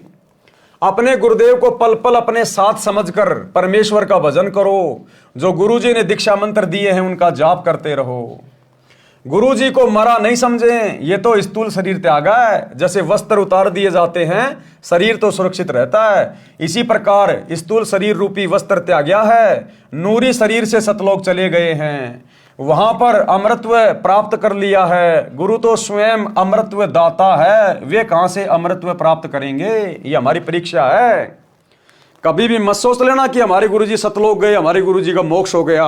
मुंह से भी ये शब्द मत बोल देना जो यहां लिखे गए हैं कि वहां पर गुरुजी ने अमृतत्व प्राप्त कर लिया। तो क्या पहले गुरुजी जन्म और मरण में थे? तो कभी जिंदगी में भी इस प्रकार के शब्द अपने गुरुजी के प्रति मुख से मत निकाल देना कि हमारे गुरुजी का मोक्ष हो गया, सतलोक गए। नहीं तो उसी समय आप भक्ति से नीचे गिर जाओगे, क्योंकि आपने गुरु को मानुष मान रखा है। तो गुरु तो मुक्ति दाता है, गुरु तो जगत का तारणहार है, मोक्ष दाता है। और मोक्ष वही दिला सकता जो स्वयं मुक्त हो। और मुक्त भाई इस पूरी सृष्टि में केवल एक ही है, ये बंदी छोड़ सतगुरु रामपाल जी भगवान, ये कबीर परमात्मा आपका इंतजार कर रहे हैं। आप जी को भी तो जाना है, बिना मरे यानी स्थूल शरीर त्यागे सतलोक जाया नहीं जा सकता। ये तो शिष्यों को भी त्यागना है। फिर गुरु जी के शरीर त्यागने का शोक ना करके, यानी दुख ना मना के, उनके द्वारा बताई गई साधना करें तथा मर्यादा का पालन करते हुए अपना जीवन सफल बनाएं।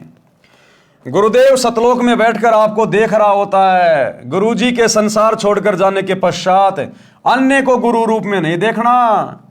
अन्य को गुरु रूप में देखना दो प्रकार से होगा। एक तो उस गुरु को छोड़कर, यानी अपने गुरु जी को छोड़कर किसी और को गुरु धारण करने लेना, और एक गुरु के सतलोक जाने के बाद अपने गुरु जी की बातों को कम, जैसे वर्तमान में गुरु जी के जेल जाने के बाद संगत इन आश्रमों से जुड़कर गुरु जी के सत्संगों को कम महत्व दे रही है, गुरु जी के ज्ञान को कम महत्व दे रही है, गुरु जी की आज्ञाओं को कम महत्व दे रही है, और गुरु जी के परिवार की और कोऑर्डिनेटरों की बातों को ज्यादा महत्व दे रही है। आंख बंद करके उनके हर आदेश की पालना कर रही है।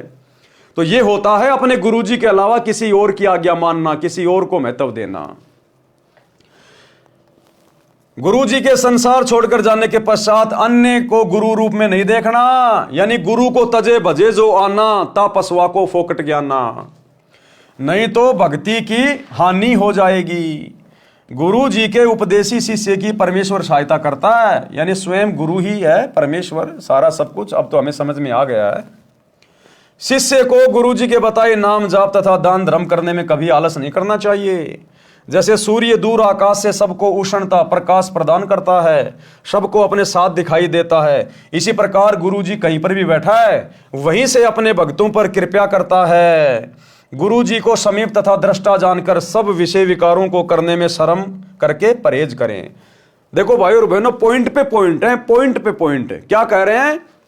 इसी प्रकार गुरु जी कहीं पर भी बैठा है वहीं से अपने भक्तों पर कृपा करता है। और वर्तमान में गुरु जी बैठे हिसार जेल में, और यहां क्या लिख रखा है कि जहां गुरु जी बैठा, कहीं भी बैठा है, वहीं से बैठकर अपने भक्तों पे वो कृपा करता है। तो बताओ फिर हम अपने गुरु जी की कृपा लेने के लिए इन फर्जी आश्रमों में क्यों धक्के खाएं, जब गुरु जी खुद कह रहे हैं कि गुरु जहां भी बैठा वहीं से अपने भक्तों पे वो कृपा करता है। तो गुरु जी बैठे हिसार जेल में और संगत धक्के खा रही इन फर्जी आश्रमों में, तो ये तो मूर्खता हो गई ना।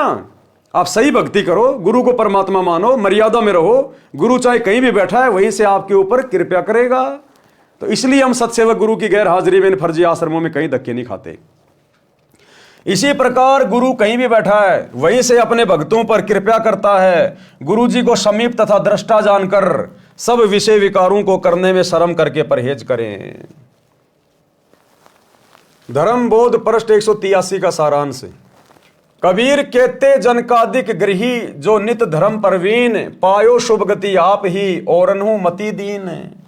राजा जनक जैसे गृहस्थी अपने धर्म के विद्वान थे, यानी मानव कर्म के ज्ञानी थे, जिस कारण से स्वयं भी शुभ गति प्राप्त की, यानी स्वर्ग प्राप्त किया, तथा औरों को भी स्वर्ग प्राप्ति का मार्ग बताया। कबीर हरि के हेत न देत धन देत कुमार्ग माही, ऐसे अन्यायी अधम बांधे यमपुर जाई। भावार्थ, जो व्यक्ति धर्म नहीं करते और पैसे का गलत प्रयोग करते हैं, शराब पीते हैं, मांस खाते हैं, तंबाकू सेवन करते हैं, या व्यर्थ के दिखावे में खर्च करते हैं, ऐसे अन्यायी नीच यमलोक यानी नरक लोक में बांध कर ले जाए जाते हैं। अब देखो भाई और बहनों, वैसे तो बहुत ही ज्यादा महत्वपूर्ण पॉइंट है, बहुत ही ज्यादा महत्वपूर्ण। क्योंकि यहां पर तो सीधे सीधे आप यही समझोगे कि भैया तो जगत वालों के लिए कहा जा रहा है कि जो व्यक्ति दान धर्म नहीं करते, शराब पीते हैं, मांस खाते हैं, तंबाकू सेवन करते हैं, व्यर्थ के दिखावे में खर्चा करते हैं, ऐसे अन्यायी नीच यमलोक यानी नरक लोक में बांध कर ले जाए जाते हैं। अब काल क्या करेगा वर्तमान में कलयुग की पिछली पीढ़ी में? आमने सामने की लड़ाई नहीं लड़ेगा, वो सूक्ष्म लड़ाई लड़ेगा। और ये सारे नीच कुक्रम वर्तमान में उस काल ने गुरु जी की गैर हाजिरी में 2014 से 2025 तक सतलोक आश्रमों से जुड़ी हुई लाखों की संगत से करवा दिया। गुरुदेव के परिवार से ये नीच कर्म करवा दिए, कोऑर्डिनेटरों से नीच कर्म करवा दिए। क्या कह रहे हैं गुरुदेव कि जो व्यक्ति धर्म नहीं करते और पैसे का गलत प्रयोग करते हैं, शराब पीते हैं, मांस खाते हैं, तंबाकू सेवन करते हैं, वो नीच हैं, उनको यमलोक में यमदूत बांध के ले जाते हैं। अब काल को पता है कि भैया इस संत का ये ज्ञान लेने के बाद, ये तत्व ज्ञान लेने के बाद ये भगत सीधे सीधे तंबाकू नहीं खाएंगे, मांस नहीं खाएंगे, शराब नहीं पिएंगे, नीच कर्म नहीं करेंगे, दिखावे के काम नहीं करेंगे। तो काल भैया 21 ब्रह्मांड का स्वामी है, वो अनपढ़ नहीं है। अनपढ़ का मतलब वो बहुत ज्यादा बुद्धिमान है। हम भक्तों की तरह मूर्ख नहीं हो। उसने सूक्ष्म चाल चली कि कैसे इन भक्तों को अपने जाल में फंसा जाए, कैसे इन सभी भक्तों को सूक्ष्म जाल में बांध के सारे कुक्रम करवाए जाएं। चाल चली कि भगत बड़ा विश्वासी होता है, भगत भोला भाला होता है। ये भगत विश्वास किस पे कर रहे हैं, उस व्यक्ति को पकड़ा जाए।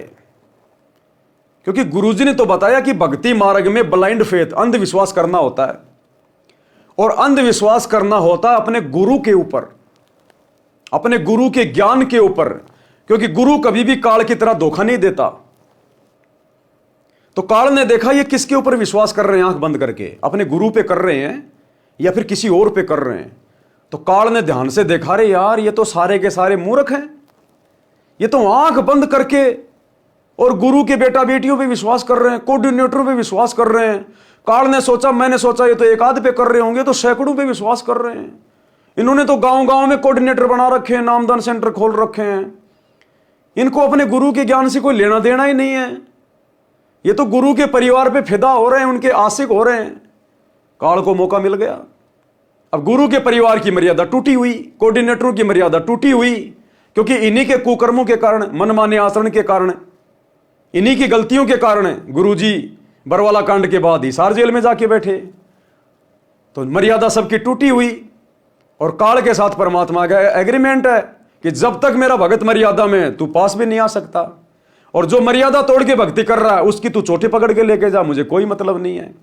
कहते हैं जब तक हंसा हमरी आना और काल लगे ना तेरा बाणा, जब तक मेरा भगत मेरी मर्यादा में रहेगा तब तक तो तेरा दाव लगेगा नहीं। और बाकी भैया मैंने तेरे को फ्री कर रखा है, जो मर्यादा तोड़ के भक्ति करेगा वो तेरे हवाले। तो काल ने देखा ये लाखों की संगत भेड़ चाल में चल रही है, इनको संत के ज्ञान से, संत की मर्यादाओं से कोई लेना देना नहीं है। ये तो संत के परिवार के पीछे, उनके भाई के पीछे, उनके बेटा बेटी के पीछे, अपने कोऑर्डिनेटरों के पीछे तो ब्लाइंड फेथ कर रहे हैं, अंधे होके चल रहे हैं। गुरु ज्ञान क्या कह रहा है, गुरु मर्यादा क्या कह रही है, गुरु का परिवार क्या कह रहा है, इनको लेना देना ही नहीं। कोई सोच विचार ही नहीं कर रहा, कोई चिंतन मनन ही नहीं है। तो काल ने चोटी पकड़ ली गुरु जी के परिवार की और कोऑर्डिनेटरों की और बैठ गया सिर पे, जैसे राजा परीक्षित के सिर पे उसके मुकुट में बैठ गया। और सारे कुकर्म करवा दिए, नीच कर्म करवा दिए कि ये भगत वैसे शराब नहीं पिएंगे, वैसे नशा नहीं करेंगे, बोतल लेके जाऊंगा दारू नहीं पिएंगे, इनके सामने मुर्गा काटूंगा, बकरा काटूंगा, ये मांस नहीं खाएंगे, अब मैं खिलाऊंगा इनको। सूक्ष्म चाल चली। आया हरियाणा का जाट आरक्षण। काल को पता था ये तो गुरु के परिवार पे विश्वास करते हैं आंख बंद करके, ये तो मूर्ख हैं। गुरु के परिवार के माध्यम से कहलवा दिया, पीला पर्चा निकलवा दिया कि गुरु जी का आदेश है, जबकि गुरु जी का कोई आदेश नहीं जाट आरक्षण में जाने का, ना कोई ऑडियो, ना कोई वीडियो, ना कोई ज्ञान में कोई आदेश कि भाई गुरु जी का आदेश है हरियाणा के जाट आरक्षण में भक्तों ने उनके धरनों पे बैठना है। सब भक्तों को बैठा दिया बसों में भर भर के, और करोड़ों में चंदे के रूप में हरियाणा के जाट आरक्षण में पैसा दे दिया गया, भक्तों के दान का, ज्योति पाठ का। अब वो जाट क्या करेंगे उस पैसे का? वो जाट उस पैसे से शराब पिएंगे, हुक्का खरीदेंगे, तंबाकू पिएंगे, मांस खाएंगे, राजनीति करेंगे। उल्टे काम करेंगे, सारे वेश्यावर्ती भी करेंगे, क्योंकि वो तो जगत वाले आदमी है, सारे कुकर्म करते हैं। तो भगतों का पैसा और जाट नशा कर रहे हैं, तमाकू पी रहे हैं, तो किसका सहयोग हो गया? भगतों का। तो चाहे भगत ने नशा कर लिया, तमाकू पी ली, चाहे उन जाटों ने पी ली, चाहे भगत शराब पी रहे हैं, चाहे वो जाट शराब पी रहे हैं, बराबर बात है। क्योंकि जाट उन्हीं पैसों से शराब पिएगा जो चंदे के रूप में दिए गए हैं। भगतों का पैसा, तो जाट शराब पियो, बियर पियो, दोष बराबर का उन भगतों को भी लगेगा। जाट मांस खाएंगे, राजनीति करेंगे, उल्टे काम करेंगे, उस पैसे से बराबर के दोषी भगत भी बन रहे हैं, क्योंकि भक्तों के सहयोग से सारा काम हो रहा है। क्योंकि गुरु ने तो कहा था कि पात्र को पात्र पहचान के ताही दीजिए दान, कि सुपात्र को दान देना चाहिए। भक्तों ने दे दिया कुपात्रों को, गुरु के परिवार को। गुरु के परिवार ने वो पैसा आगे अपने भाईचारे में लुटा दिया। अब भाईचारा शराब पी रहा है, तमाकू पी रहा है, मांस खा रहा है, राजनीति कर रहा है, उल्टे काम कर रहा है। सहयोग किसका? संगत का। तो काल ने सबको शराब पिला दी, सबको मांस खिला दिया, सबको तमाकू पिला दी। और दिखावा क्या लिख रहे हैं गुरुदेव? जो व्यर्थ के दिखावे में खर्च करते हैं। अब जाटों की धर्मशाला 1 करोड़ रुपए में बनवाई जा रही है, गुरुजी के दोनों लड़के बनवा रहे हैं। व्यर्थ का दिखावा है। क्या मतलब है 5वां फ्लोर बनाने का? क्या मतलब है उस जाट धर्मशाला का भक्तों के द्वारा 5वां फ्लोर बनवाना? गुरुजी के लड़के कौन सी अपनी औरतों के जेवर बेच के धर्मशाला बनवा रहे हैं? भक्तों का ज्योति पाठ का दान का पैसा। तो वो धर्मशाला बनवाना, 5वां फ्लोर बनवाना व्यर्थ का दिखावा हो गया। गुरुजी ने तो कभी कहा नहीं तुम किसी की धर्मशाला बनवाओ। गुरुजी कहते हैं घर तो 3.5 आध गणा तो पूर्णा 4, इससे अधिक जो चाहते उनको नहीं है ज्ञान। तो गुरुजी के आदेश के खिलाफ काम हो रहा है, तो ये दिखावा हो गया, व्यर्थ का दिखावा, मान बढ़ाई के लिए। तो दोषी कौन हुआ? जो पैसा देके सहयोग कर रहे हैं, संगत बराबर की दोषी। तो ये सारे पॉइंट वर्तमान में सतगुरु की संगत के ऊपर लागू हैं। और अंत में इस संगत को यम के दूत गर्दन पकड़ के इन नीच कर्मों के कारण यमलोक में लेके जाएंगे। ये सतगुरु है, कोई ऐरा गहरा संत नहीं है। 30 साल से परमार्थ के लिए इतना संघर्ष कर रहा है। इस दिन के लिए कर रहा था क्या कि 30 साल तक ज्ञान देने के बाद भी मेरे भगत यही नीच कर्म करें, ऐसे ही अपनी मर्यादा तोड़ें, ऐसे ही अपने गुरु जी को काल के सामने लज्जित करें? क्या इसलिए गुरु ने ज्ञान दिया? क्या इसलिए गुरु संघर्ष कर रहा है? क्या इसलिए गुरु ने पुस्तकें लिखी अपना अनमोल समय निकाल के? तो ये संगत सारे कुकर्म कर रही है, सारे कुकर्म परिणाम भोगने पड़ेंगे। क्या कह रहे हैं गुरुदेव? जो व्यक्ति धर्म नहीं करते और पैसे का गलत प्रयोग करते हैं, यहां तो धर्म के नाम पे पैसा लिया जा रहा है गुरुजी के परिवार के द्वारा, और उस पैसे का फिर गलत प्रयोग किया जा रहा है। शराब पीते हैं, मांस खाते हैं, तमाकू सेवन करते हैं, या व्यर्थ के दिखावे में खर्च करते हैं, ऐसे अन्यायी नीच यमलोक यानी नरक लोक में बांध कर ले जाए जाते हैं। भगत व्यवहार कैसा हो, यानी भगत का व्यवहार कैसा होना चाहिए, भगत का आचार विचार व्यवहार कैसा होना चाहिए, बोलचाल कैसी होनी चाहिए, भगत का उठना बैठना देखना निगाह दृष्टि कैसी होनी चाहिए। तो इस विषय में भाइयों और बहनों हम कल रात्रि 8 बजे गुरुदेव के आशीर्वाद से आगे बढ़ेंगे। आज के वीडियो में हम केवल यही समाप्त करेंगे। कल रात्रि 8 बजे सभी भाई बहन फिर से लाइव जुड़िए। तब तक गुरुदेव भगवान हम सबको आज्ञा दें, इजाजत दें, सद्बुद्धि दें, आशीर्वाद दें। बंदी छोड़ सतगुरु रामपाल जी भगवान की जय हो।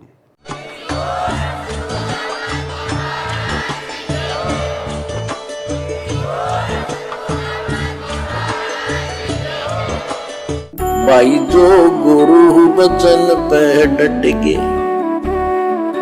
कट गे फंद 84 के, कट गे फंद 84 के, कट गे फंद 84 के। भाई जो गुरु बचन पे डट गे, कट गे फंद 84 के, कट